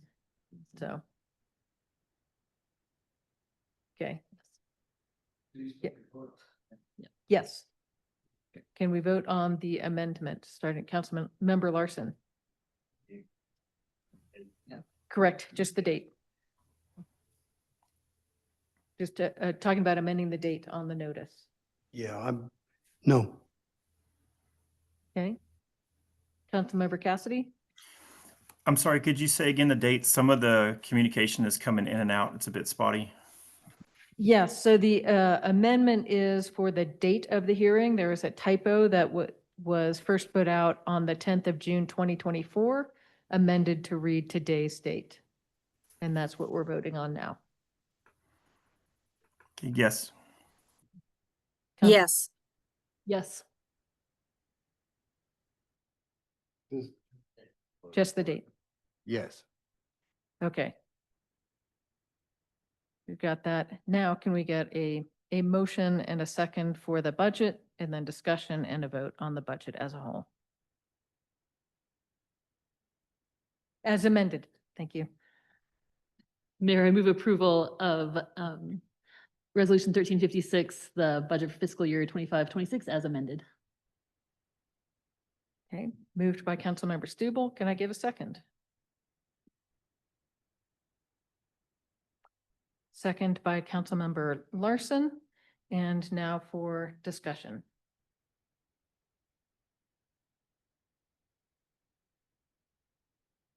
Councilmember Larson, I see your light on. Oh, Just prepared. okay, got it. Thank you. And Mayor, I have Boy Scout, Councilmember Stubble. I have a question, if I may, for Councilman Hahn, who I heard you express some degree of concern during the public comment and hearing. Are there amendments you wish to bring and changes you wish to make to the budget? I'm just not happy mainly with the consulting, all the consulting that's going on. You guys want to pass this budget, you can pass the budget. I'm just not going to support it. Thank you, Mayor. Okay, so you don't want to propose any changing funding allocation for some. I would love to bring it up. Well, so I think what we would need is an amendment of a dollar figure of how you would want that spent. I don't know. Okay, I couldn't tell you that. got it. Thank you. Councilmember Cox, I see your hand up. Oh, those left over. Councilmember Cassidy. Yes, Mayor. One point that was in the budget, and this is before my time, so apologies if I'm playing catch up here, but I was in the public seats whenever there was a discussion about an added $50,000 for kind of an overlap for the treasurer. Can I be brought up to speed on that real quickly, or is that a decision that was made even before you were the mayor? Sherry, can I ask you to speak to that? Because I think we're talking about the succession planning of your position and a new hire. Yes, it was just a 50,000, it was actually $100,000, 50 in enterprise, 50 in general fund for my replacement. Only because we'll be paying two salaries. Now we can, and that's funded right now in the current budget the way it is. We do have savings because we have been putting aside money to fund future retirees, that if money did come in tight, we could take that out of our reserve that we have set aside to be able to afford that in future years. And that was also assuming that the replacement would start in this transition period prior to this date. Correct. Is it? So given that we're still working through the interview process, obviously that person won't be starting. Yes, we have not hired anyone yet. Yeah. Okay. So perhaps my following question is, will we have two people on staff at the same time, and for how long, if so? No more than probably 6 months by the time we get someone hired. I could leave early. So my only concern about this is the cost, and then perhaps the precedent that's being set. Is there a standard expectation within the city for an appropriate handover period of time, and then the associated costs that would go along with that? Is this something that we're going to expect to see in the future with other principal staff? I don't think we've ever had anything set. I think just because of the nature of my job and with the budget and with the audit coming up, It is quite labor intensive, and I am the one who does all of the work papers and all of the work for that. So there is a learning curve to that, to just hand somebody that cold. When I started, I was handed cold everything. It was quite a learning curve to learn the software, and then still, I started in February, so I was handed a budget that I'd never done a budget ever before. So it was quite a learning curve. So I would appreciate, and I think a new hire would appreciate that, to be given that opportunity to spend some time just to learn the ropes, so that they're not just thrown it so that it can be successful for them. Thank you. I absolutely agree with that, we want that new person to be well positioned. I just a little bit concerned about the future if this might turn out to be a trend across the staff. Thank you. Thank you. Mayor, if I may follow up, it occurs to me that this seems somewhat singular for the treasurer, given that we don't have an assistant treasurer in the same way that we have assistant public works or assistant clerk, who I hopefully not poorly assume could help train a new position, a new clerk could rely on the assistant clerk for some backup functions in a way that we don't have for a treasurer. Is that an accurate assumption? Correct, because right now the deputy clerk treasurer, which is a shared position, he covers payroll and payable. So he doesn't do anything with grant reimbursements, doesn't do anything with the audit other than the payroll portion of it. It doesn't do any of the work papers. I do all the assets and I maintain all the depreciation. He does cover contractor licenses and liquor licenses for Rochelle for her clerk job. So what we have him doing keeps him busy. Thank you. Mayor. Thank you. Any other comments, questions? Okay, seeing none, call for the question. Councilman Larson. Yes. No. Yes. Yes. Yes. No. And motion passes. Okay, approve resolution 1357, approving the updated salary structure. We get a motion and a second, please. So moved. Moved by Councilmember Larson. Get a second? Second. Second by Councilmember Stubble. And Shari, I think this is you. This is just updating our wage and grade scale so that it includes the 4.7% COLA that was given to the employees, so that we can keep in line with new hires. So that they're hired in an area that's relevant to their job position. And we didn't do this for several years, and then we kind of got behind on our wage and grade scale, and we were so compressed that by doing this, it helps that separation. Thank you. I also want to note, this also includes our seasonal employees, which we found have not been updated for quite a number of years. So increasing that again to be a little more competitive with what other summertime work is. So comments, questions? Councilman Dan Hahn. Yeah, well, I'd like to make a comment first, and then I've got something to say. But the one thing, and I've said this for years, and it kind of falls on deaf ears, but one of the things that bothers me is we do a blanket raise, and and like I said before, what's really hard for me is, 70,000 up, 100,000, 100 some, I don't really feel sorry for that guy, and the state of Wyoming doesn't either. The state of Wyoming will go in and they don't give raises like Lander does. I mean, 16 years, there's maybe a couple of COLAs in a raise. And I'm not saying anything bad about raises. And if you're working for Lander, you can't say anything about it because the wages are unbelievable.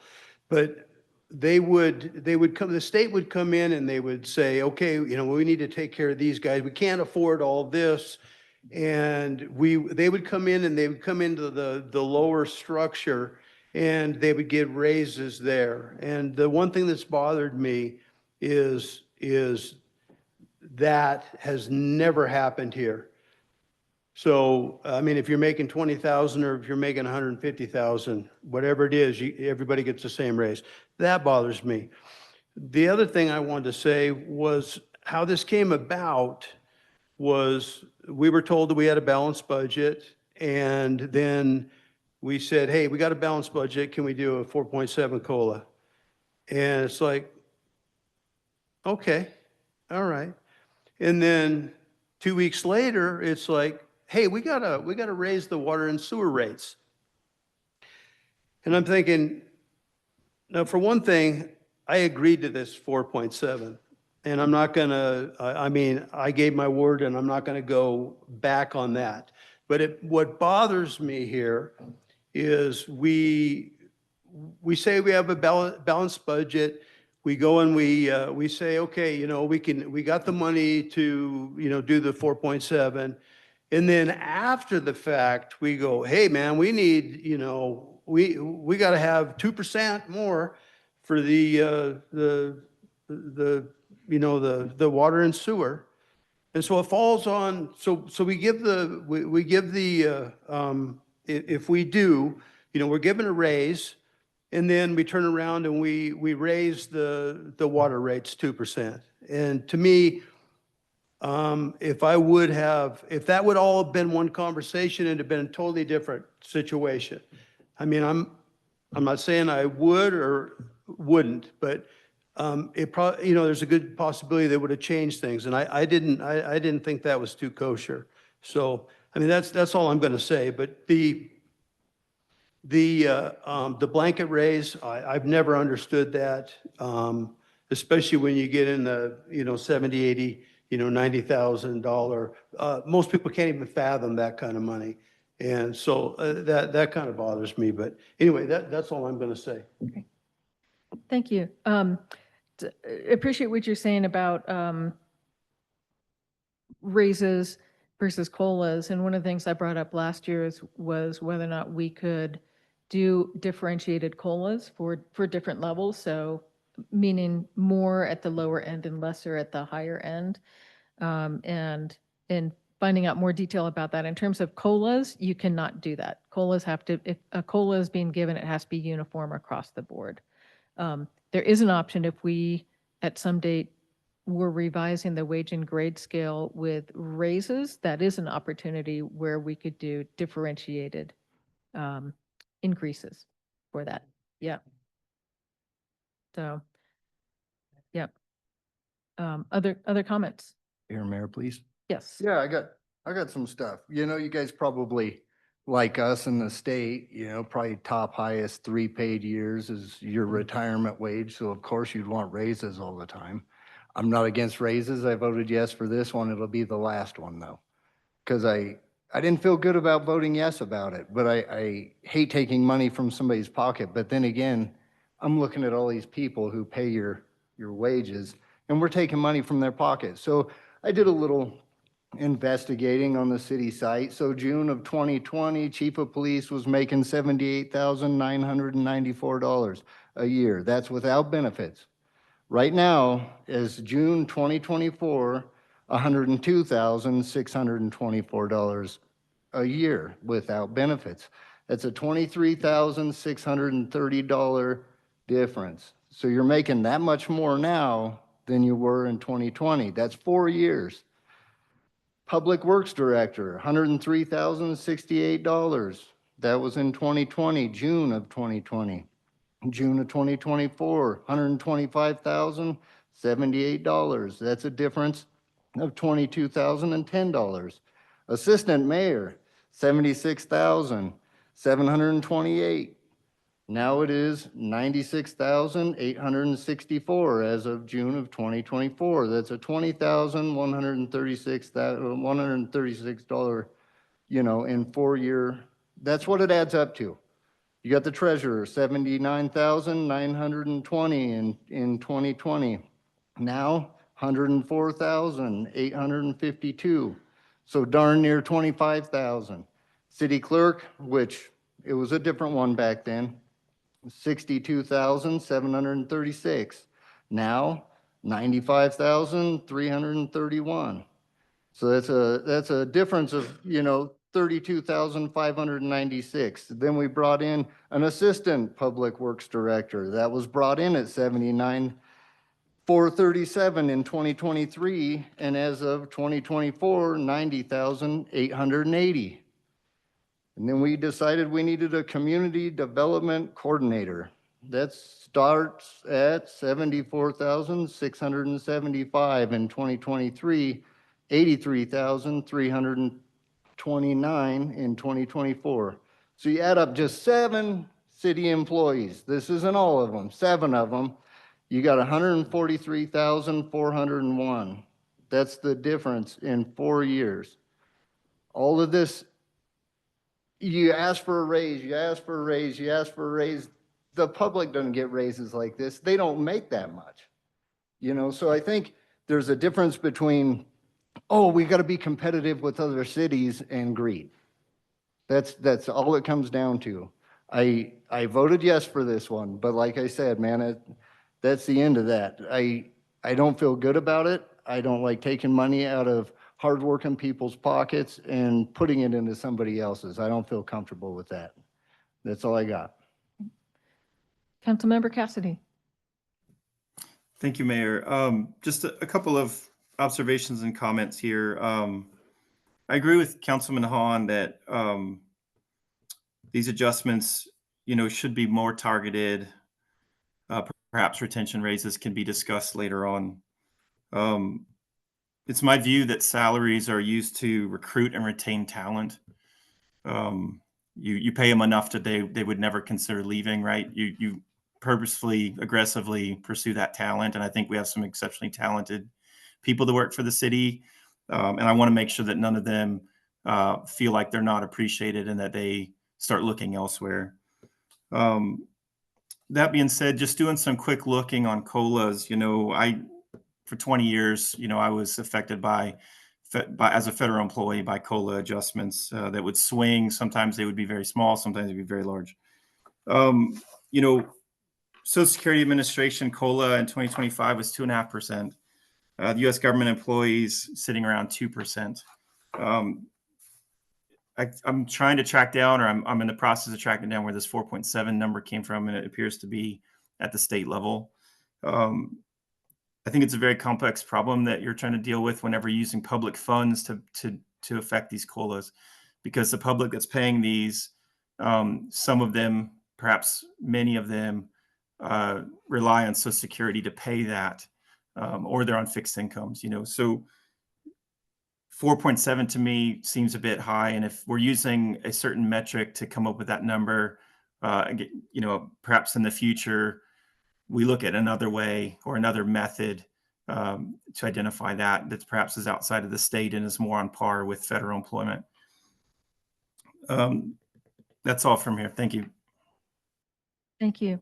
Shari, can you remind us where the 4 We take the 17. average for the year of the prior year, the average cost of living. So the fourth quarter, But what is the source of that data? from the Wyoming Economic Development, Wyoming Economic Division, they put it out every year in April. The fourth quarter of last year, the cost of living was actually 5.2. So I averaged 2 quarters to come up with a 4.7. Now, we've been given a cost of living generously the last 4 years, but we went from 2013 to 17, everybody got a flat $1,000. We were short police officers. We couldn't keep anybody because we weren't paying wages that were relevant to their job or what they were taking. We had 4 years where we didn't get anything. So in 2022 was the first year where we got a 3.65% interest rate or increase for cost of living. So the last 4 years, yes, have been higher. So you'll see that that's why the raises look higher.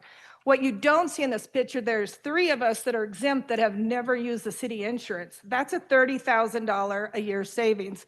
So in my 19 years here, I've saved the city quite a bit of money by not using the city insurance. So when people look at what people are making sitting here, they don't know the whole picture, and they're not asking questions about it. You know what? I've worked for the state for 16 years. You know how many raises I've had? 3.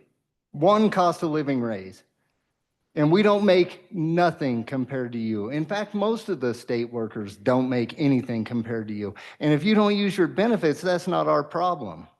It's still a savings.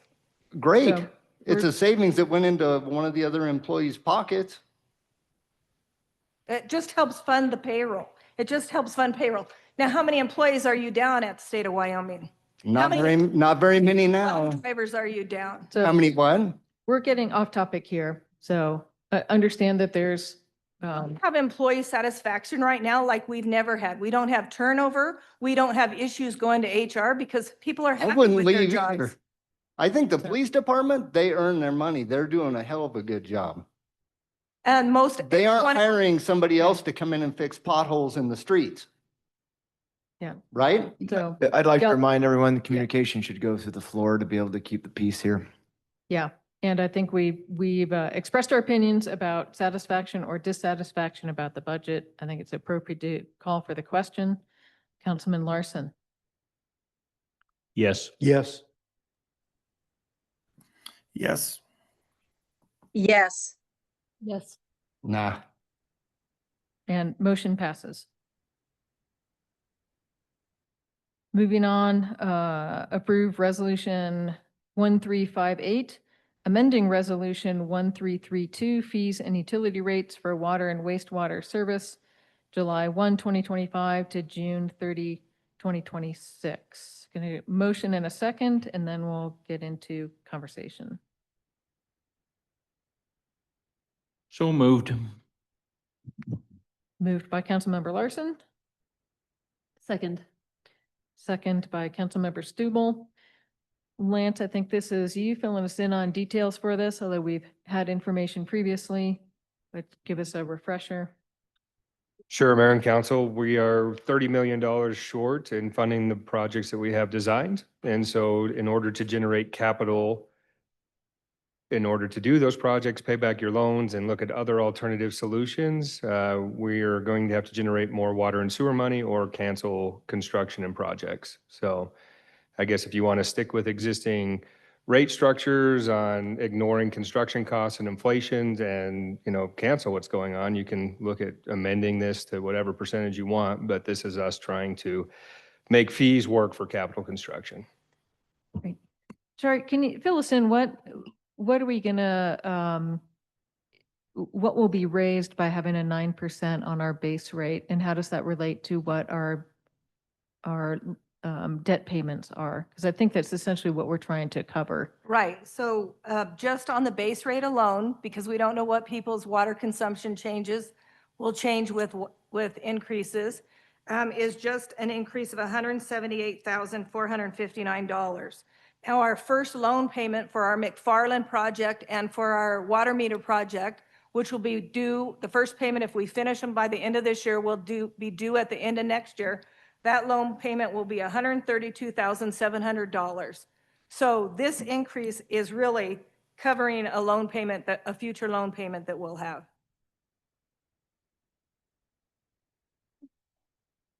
Councilmember Josh Hahn. Yes, Mayor. So the 9%, is that 9% flat for the next 5 years, or is it 9% this year, 9% next year on top of this 9%? Does it piggyback?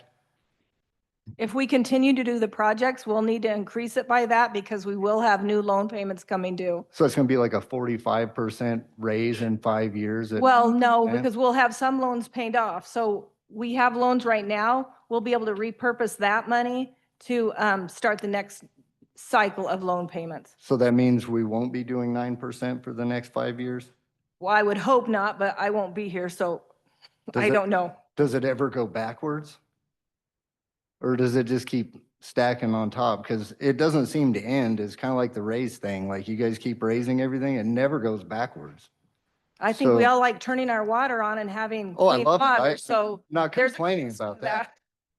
We all pay for it, I mean, I mean, we were just as surprised when we went for $45 million worth of projects for them to come back at 89 million. So we're not even going to be able to finish those projects. And there might come a point in 5 years where we'll have to stop all of it because we won't be able to afford it.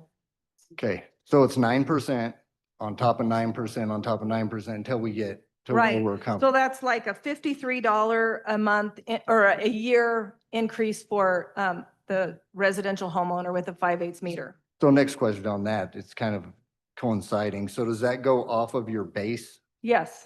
base water Mhm. bill? Now, your residential sewer could vary because it's based on winter averaging. So people do try to conserve in November and December so that they can keep that cost down. Okay, thank you.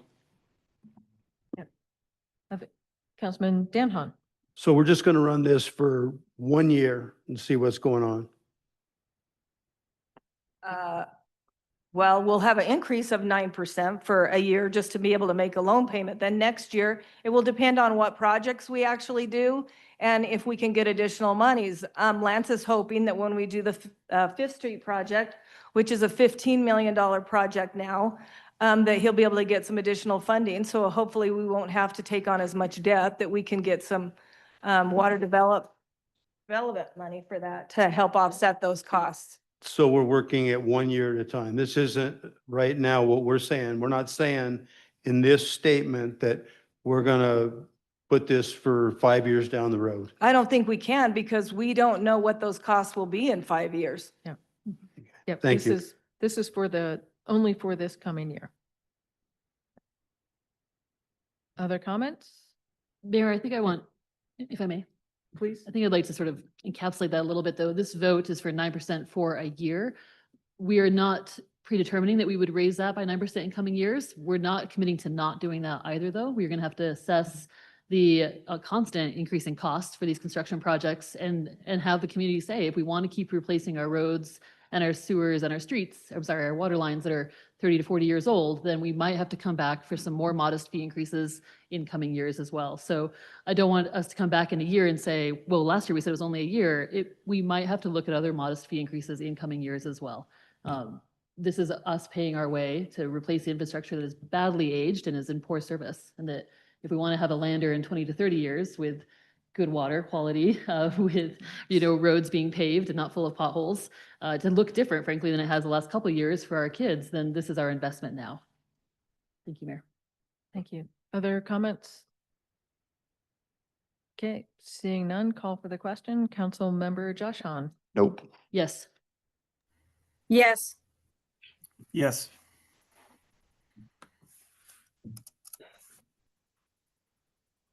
Yes. Yes. And motion passes. Next, approve resolution 1359, City of Lander fee schedule 2025-26, replacing resolutions 1353 and 1336. Can I get a motion in a second? So moved, Mayor. Moved by Councilmember Stubble, Second. second by Councilmember Danhon. Lance, I think you got voluntold for this one as well. I believe we discussed this in the work session. There were some adjustments made on comments from the council. Happy to answer any questions. Folks have comments or questions for Lance?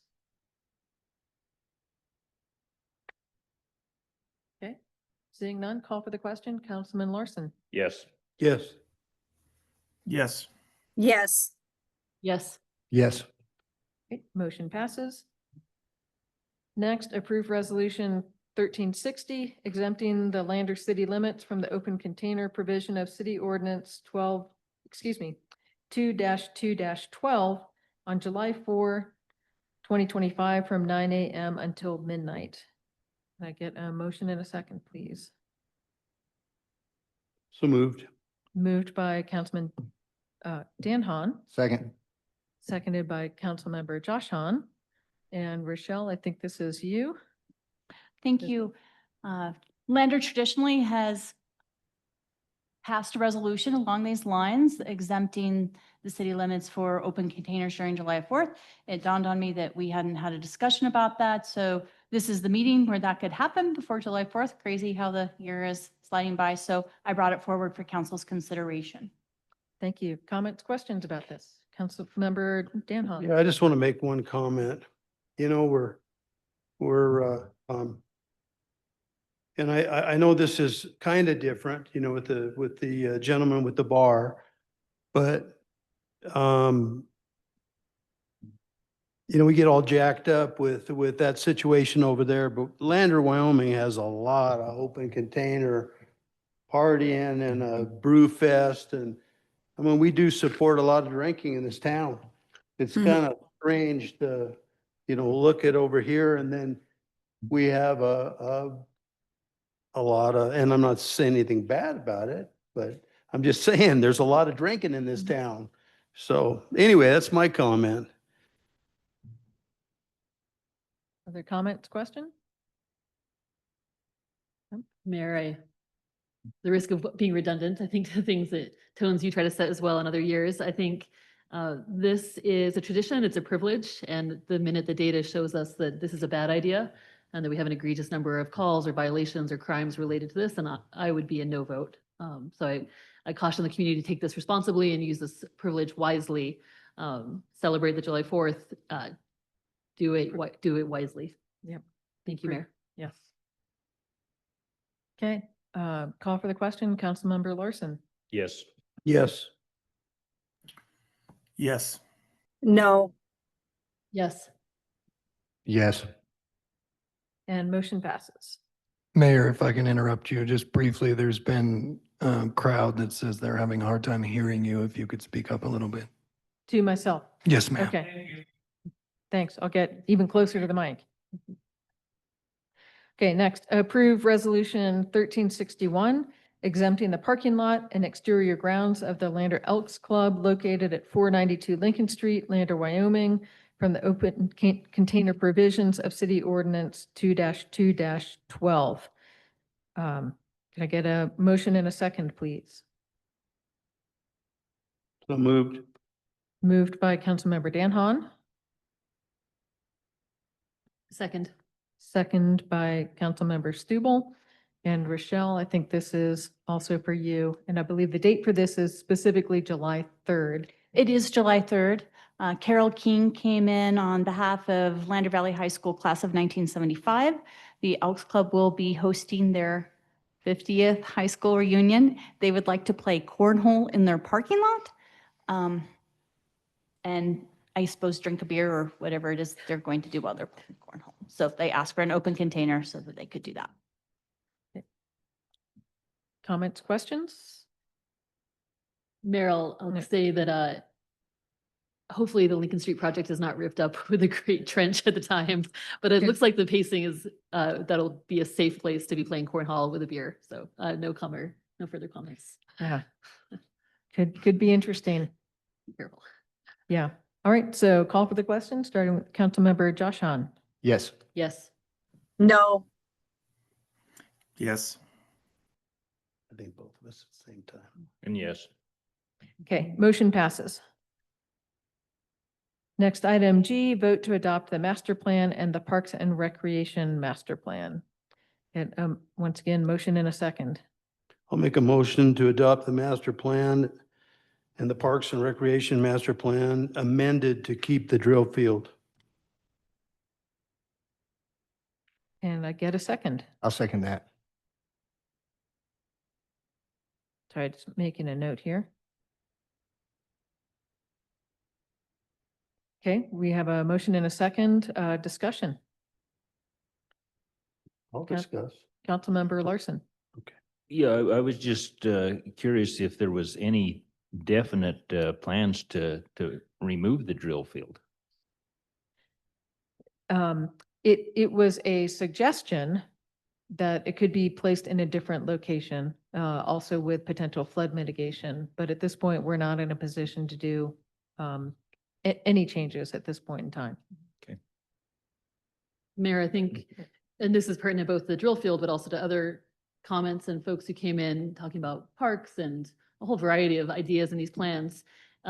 It's probably unfortunate they're called master plans. That just seems to be the industry term, but these are conceptual plans that we're saying, yeah, that's interesting. Let's look into that more. There's going to be a whole layer of decisions for every one of those proposals, both for funding, for actual design and engineering, for approval to go forward. So I would caution us, I mean, I would say this is not a plan that's gonna say everything that, if we adopt this tonight, everything in both these plans, we're gonna go out and do. That's not true. And if you look at our former master plan that we're, updating with this, we didn't do everything in that plan either. It's a guideline, it's a place for us to look into. It's a chance where we had some experts come in and say, what about? And now we go into that debate for the next 10 years on the what about. So I take to heart and very seriously the fire department's disagreement with moving the drill field. Thank you for the information you've brought and for the service you provide, of course. I am going to vote to adopt the plan with it, depending on where this amendment goes, but that doesn't mean that I'm saying let's definitely move the drill field or let's put a ton of softball fields in, well, that's a bad example actually for the Paposia River Park, but that any of those concepts are going to be baked in at this stage. It is something that we're saying, interesting, let's look into it more, let's make decisions down the road. So it's food for thought in a way. Thank you, Mayor. Thank you. Councilmember Cassidy. It's actually me, Mayor, but Oh, thank you. sorry. That's okay. So just for clarification purposes, the last master plan that the city of Lander did was in 2012. Is that correct? That's correct. So we've done strategic planning in the past, more recently, and then an updated strategic plan this year. But this master plan is actually updating something that should have been updated a few years ago. It's my understanding that master plans need to be updated every 5 years. Is that also accurate? 10 years. 10 years Every is what 10? we're shooting for. Okay. That's great. So the only question that I have, and I think this might be for our attorney, is with the language that says we vote to adopt the master plan and the Parks and Recreation master plan, while I understand that's adopting the plan, it sort of infers that we're voting to adopt what's within that plan. Am I not reading that correctly or not interpreting that right? Adam's got a puzzled look on his face. Well, it's mainly a roadmap, so you don't necessarily, you adopt the plan, but you don't have to follow everything in there because you still have to be able to have the funds, the capital, the things to do. So it's strictly a roadmap. So you adopt that plan because it gives you a roadmap as to what you're wanting to do. The strategic planning is a totally different animal in and of itself. Right. Okay. Thank you. I think it does get a little bit concerning for me when we're like, oh, we want to be able to change these things. And yet here we are adopting them. So I voice the same sort of concern that Councilman Hahn did. And I guess for me as well, is there some type of language that can be added to this where we have that authority to have this a dynamic document, where it's a living and breathing document, that we have the authority to make recommendations within this process that we have as city council, so that there's nothing saying that, yes, we adopted it and we have to do this when we have funds, if that makes some sense. So the problem with what you're suggesting is that this council didn't draft the master plan. It was created by somebody else, the consultants that you hired. And so it's their work that's been done. Now, the way that you guys would change that is that through budgetary means, you could vote on whether or not you wanted to pursue the projects within that master plan or not. Does that answer your question? Yes, it does. Thank you. That's clear. Thank you. That's all I have, Mayor. Great. And now I do see Councilmember Cassidy has hand raised. Yes, Mayor, I just would like to kind of second what Councilmember Cox said about the flexibility that we probably are looking for. If I can remind everybody that I think it was Councilwoman Larson who asked the question to the consultants when they were there briefing it on how rigid this was. And not an exact quote, but they said something to the effect of, well, this is your plan, that they were delivering to us, that we would have the flexibility to change. So I would second what Councilmember Cox said about making sure there's language in there that very explicitly says that we'll use it as a roadmap, but we can divert off of it as we want. Thank you. Yeah, we can always take the scenic route. Councilmember Josh Hahn. Yeah, just after reading what Chief Sywick wrote and listening it almost seems like we need to have a little more open dialogue with the fire department or the chief. Seems like there's a large lack of communication, even though this was a master plan and it's just a roadmap to possibilities that could happen.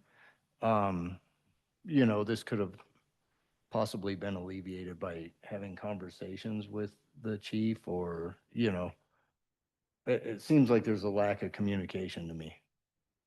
Thank you. Councilmember Cassidy. You still have your hand up. Okay, not anymore. So any more comments, questions? Okay, well, A point of order.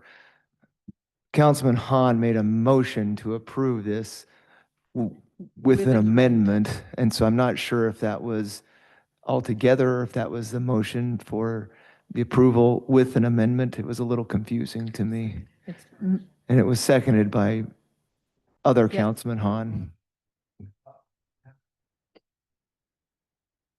With the drill field, the land drill field included in the document. so I took it as the whole thing with, including that amendment. So call for the question, Councilmember Larson. Yes.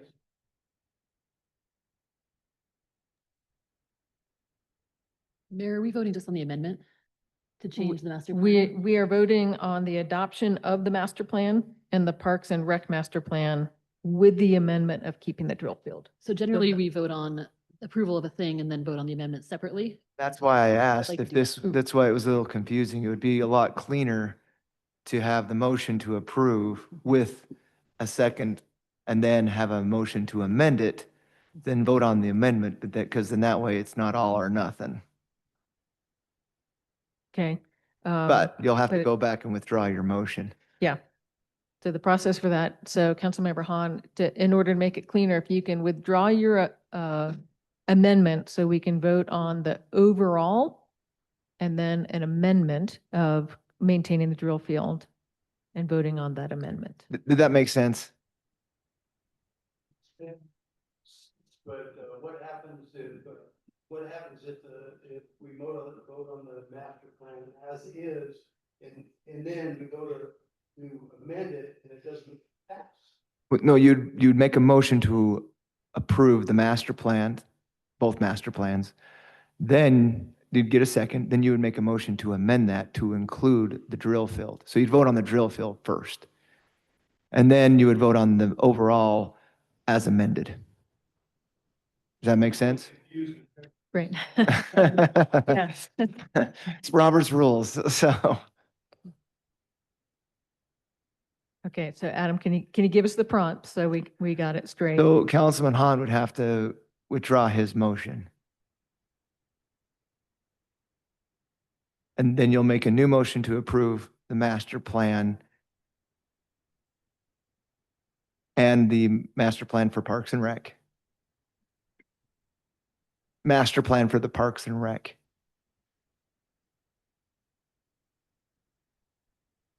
Then get a second. Okay. Someone get a second for that? Second. Okay, so. Now you make your motion to amend to include the drill field into the Parks and Rec plan. Or,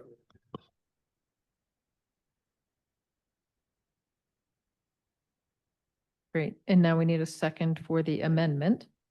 Second. So amended by Councilmember Dan Hahn, seconded by Councilmember Josh Hahn. And so now we vote on the amendment. or have more discussion or Or is Pop-Tarts, there more whatever. discussion that needs to happen?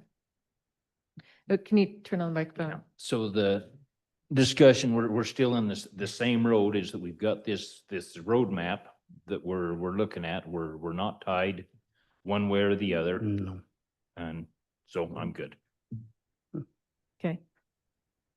Can we call for the question? Mhm. Okay, so Councilmember Larson. And before you vote, just to make sure you're clear what you're voting on. We are You're voting. voting on including the drill or including Including. the drill field, making sure I had the word right, including the drill field where it's at currently as part of the master plan. Yes. Yes. Yes. Yes. Yes. No. Yes. So the amendment passes, and now we vote for the whole plan as amended. So Councilmember, Mayor, may I make a discussion Yeah. on that point, please? Thank you. I think that given some of the framing that we've had at this meeting, at work sessions and continually, I think I'd ask, I think, is Regine on?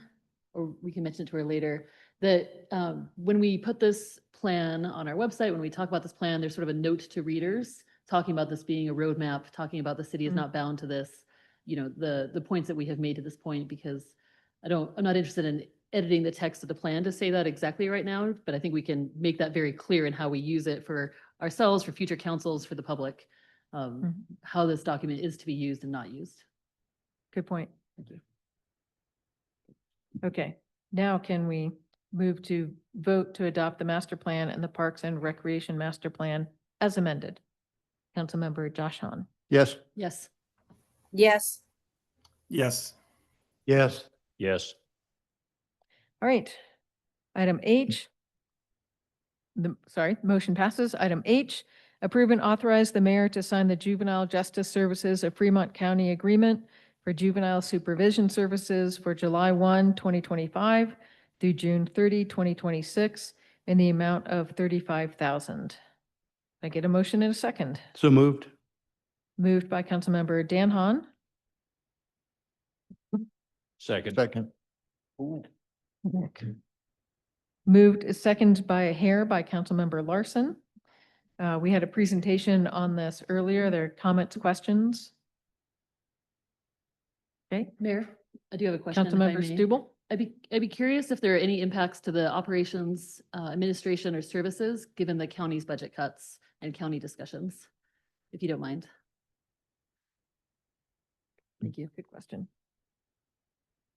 So Casey Murray, Executive Director of Juvenile Justice Services. So there is some impacts that are currently happening. They're still working through the budget process through the county. And so it is unclear exactly what that will look like. I've made very clear that the city of Lander has given funding for the position for juvenile probation. And so I've made that very clear that that is something that has to stay. So I believe that that will be fine as of right now, but the county is still working through their budget process. Thank you for the info. Thanks, Mayor. Yeah, thank you. Any other comments, questions? Call for the question with Councilmember Larson. Yes. Yes. Yes. Yes. Yes. Yes. Motion passes. Item I, authorize the mayor and clerk to sign the contract between the State of Wyoming Office of the Attorney General, Division of Criminal Investigation, and City of Lander for rental of the Lander Convention and Community Center. Can I get a second and a motion and a second?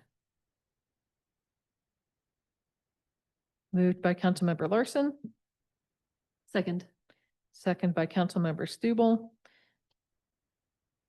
Rochelle, can you fill us in on this one? This is a document required by the state of Wyoming when they want to rent the community center to host events and things of that nature. The Attorney General's office requires it. They won't just invoice us or pay with credit card or something like that.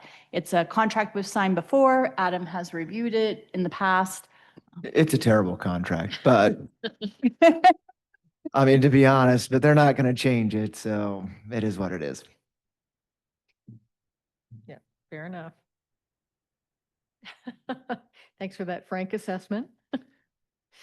Other comments, questions? Okay, call for the question. Councilmember Hahn. Yes. Yes. Yes. Yes. Yes. Yes. And motion passes. Item J, approve Lander High Pressure Water System Upgrades Phase 3 Reconciliation Change Order Number 4 for High Country Construction. Can I get a motion in a second, please? So moved. Moved by Councilmember Dan Hahn, Second. seconded by Councilmember Josh Hahn. Lance, can you fill us in on this? Sure, Mayor and Council, this project is coming to an end. So this is balancing all our bid quantities with actual payments. When we pay by the lineal foot, sometimes our estimates are give or take, off or whatever square yard measurements they are. So this cleans everything up. This makes us eligible to get our retainage from water development, which we're asking for as well at this point. And as soon as that project is accepted, we'll be advertising for 41 days. If we get no claims, that project will be over. So I'm hoping that that all happens within the next 2 to 3 months, that we're closing this thing down, but this should be it for final payment adjustments. Knock on wood. Yeah, it's been a long time. Comments or questions about this? Okay, seeing none, call for the question. Councilmember Larson. Yes. Yes. Yes. Yes. Yes. Yes. Motion passes. Item K, approve and authorize the mayor to sign Lander Municipal Hangar Space Land Lease Agreement between the City of Lander and David and Samuel Rogers for space 202. Can I get a motion in a second? So moved. Moved by Councilmember Larson. How about a second? Second? Seconded by Councilmember Josh Hahn. Any comments, questions about this? Receive these pretty regularly. Yep. Councilmember Josh Hahn. Call for Yes. the question. Yes. Yes. Yes. Yes. Yes. And motion passes. Item L, authorize the mayor to digitally sign the Lore Foundation's $10,000 grant agreement for the solar panels build resiliency for the Lander Police Department. I get a motion and a second, please. Moved by Councilmember Stubble, Second. seconded by Councilmember Larson. Comments or questions about this? Just curious of why it needs to be digitally signed. It's the way the Lore contract works. Okay, So instead of the hard copy, they have it Okay. online. perfect. Councilmember Hahn, I just wanted to say the Lord Foundation, they're awesome. they funded a lot of things. They do some really, really great stuff. Yep. And Mayor, I'll add that for this project, there's a few other pieces to fit together before it's a go. And to the best of my knowledge, we haven't yet submitted the Blue Sky grant to Rocky Mountain Power, which would be the bulk of the coverage of the cost. So the sequencing here is, this gets this one in, but we're not at a definite go stage yet. Correct. Yeah. Thank you. Yeah. All right. Call for the question. Councilmember Larson. Yes. Yes. Yes. Yes. Yes. Yes. Motion passes. Item M, approve S 25.04 Reed subdivision minor plat. Once again, a motion and a second, please. So moved. Second? Moved by Councilmember Larson, seconded by Councilmember Josh Hahn. And I'm not sure who this is in lieu of Regine being here. Lance, I'm guessing you? Mayor, this is Regine and I am online. Regine is here. Thanks, Regine. And since I'm online, I'm going to talk about all four of these globally. In your shared drive, there was both the plat application and the city recommendation letters. All four of these have been recommended for approval by the Planning Commission. All of the city stipulations for adding minor typo changes, line changes, and city easements have been accepted by each individual owner, and they are willing to abide by those contingencies. Great. Thanks for that, Regine. Any comments, questions about this one? Okay, seeing none, call for the question. Councilmember Josh Hahn. Yes. Yes. Yes. Yes. Yes. Yes. Motion passes. Next, item N, approve S 25.05 Capitol Hill Block 130, lots 18 to 20 replat. So Move to approve. moved by Councilmember Larson. Can I get a second? Second. Second by Councilmember Stubble. So Regine, you've shared that council or that staff recommends approval. I see Councilmember Cassidy with a raised hand.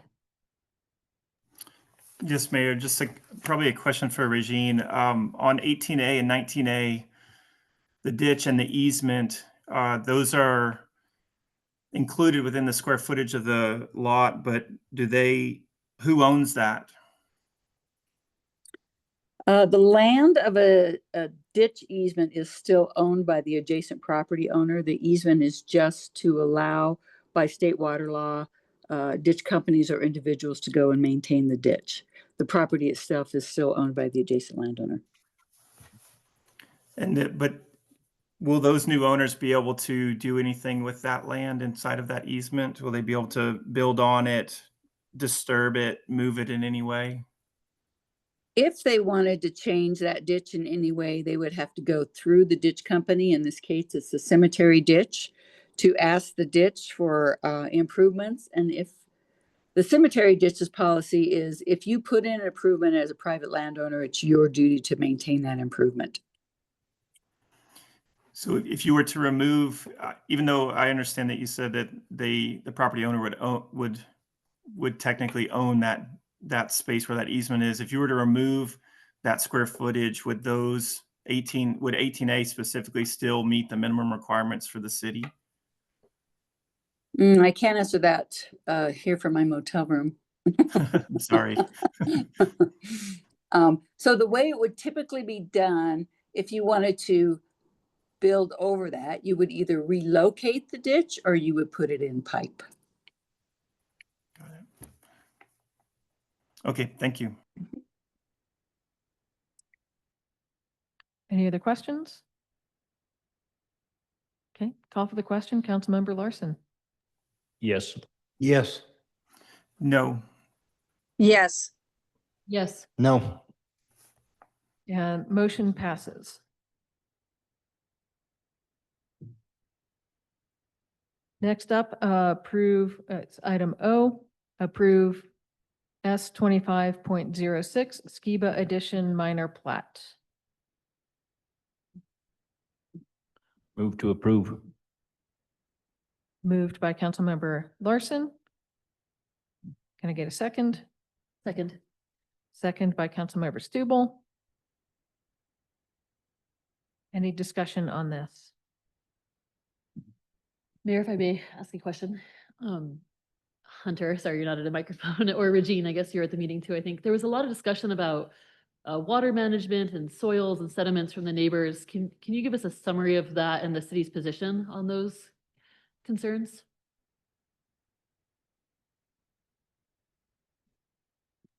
Sorry, trying to unmute. Those concerns are outside of the boundary. When a person subdivides, they are not allowed to put their drainage on any other person's property. So this plot does meet all of the subdivision rules for drainage and easements. Thank you. Other comments, questions, or discussion? Okay, seeing none, Councilmember Josh Hahn. Yes. Yes. Yes. Yes. Yes. Yes. And motion passes. And moving on to item P, I'm not sure we've actually ever had item P before. Thanks for hanging in there, y'all. Approve S 25.07 Amoretti Second Edition, Block 95, lots 3 through 5, replat. Can I get a motion in a second? Mayor, move approval. Got a motion by Councilmember Stubble, Second. second by Councilmember Danhon. Discussion. Okay. Councilmember Cassidy, I see your hand up.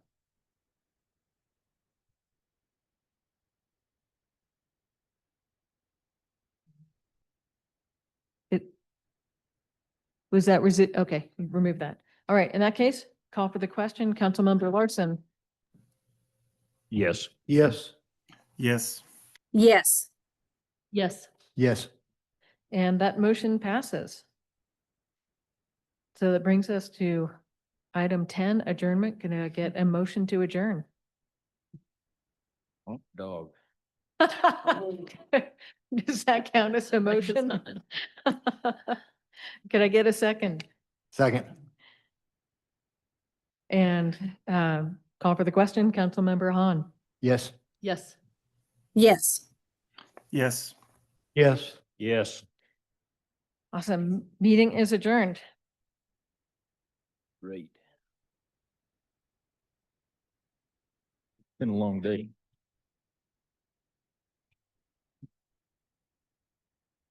We'll see you.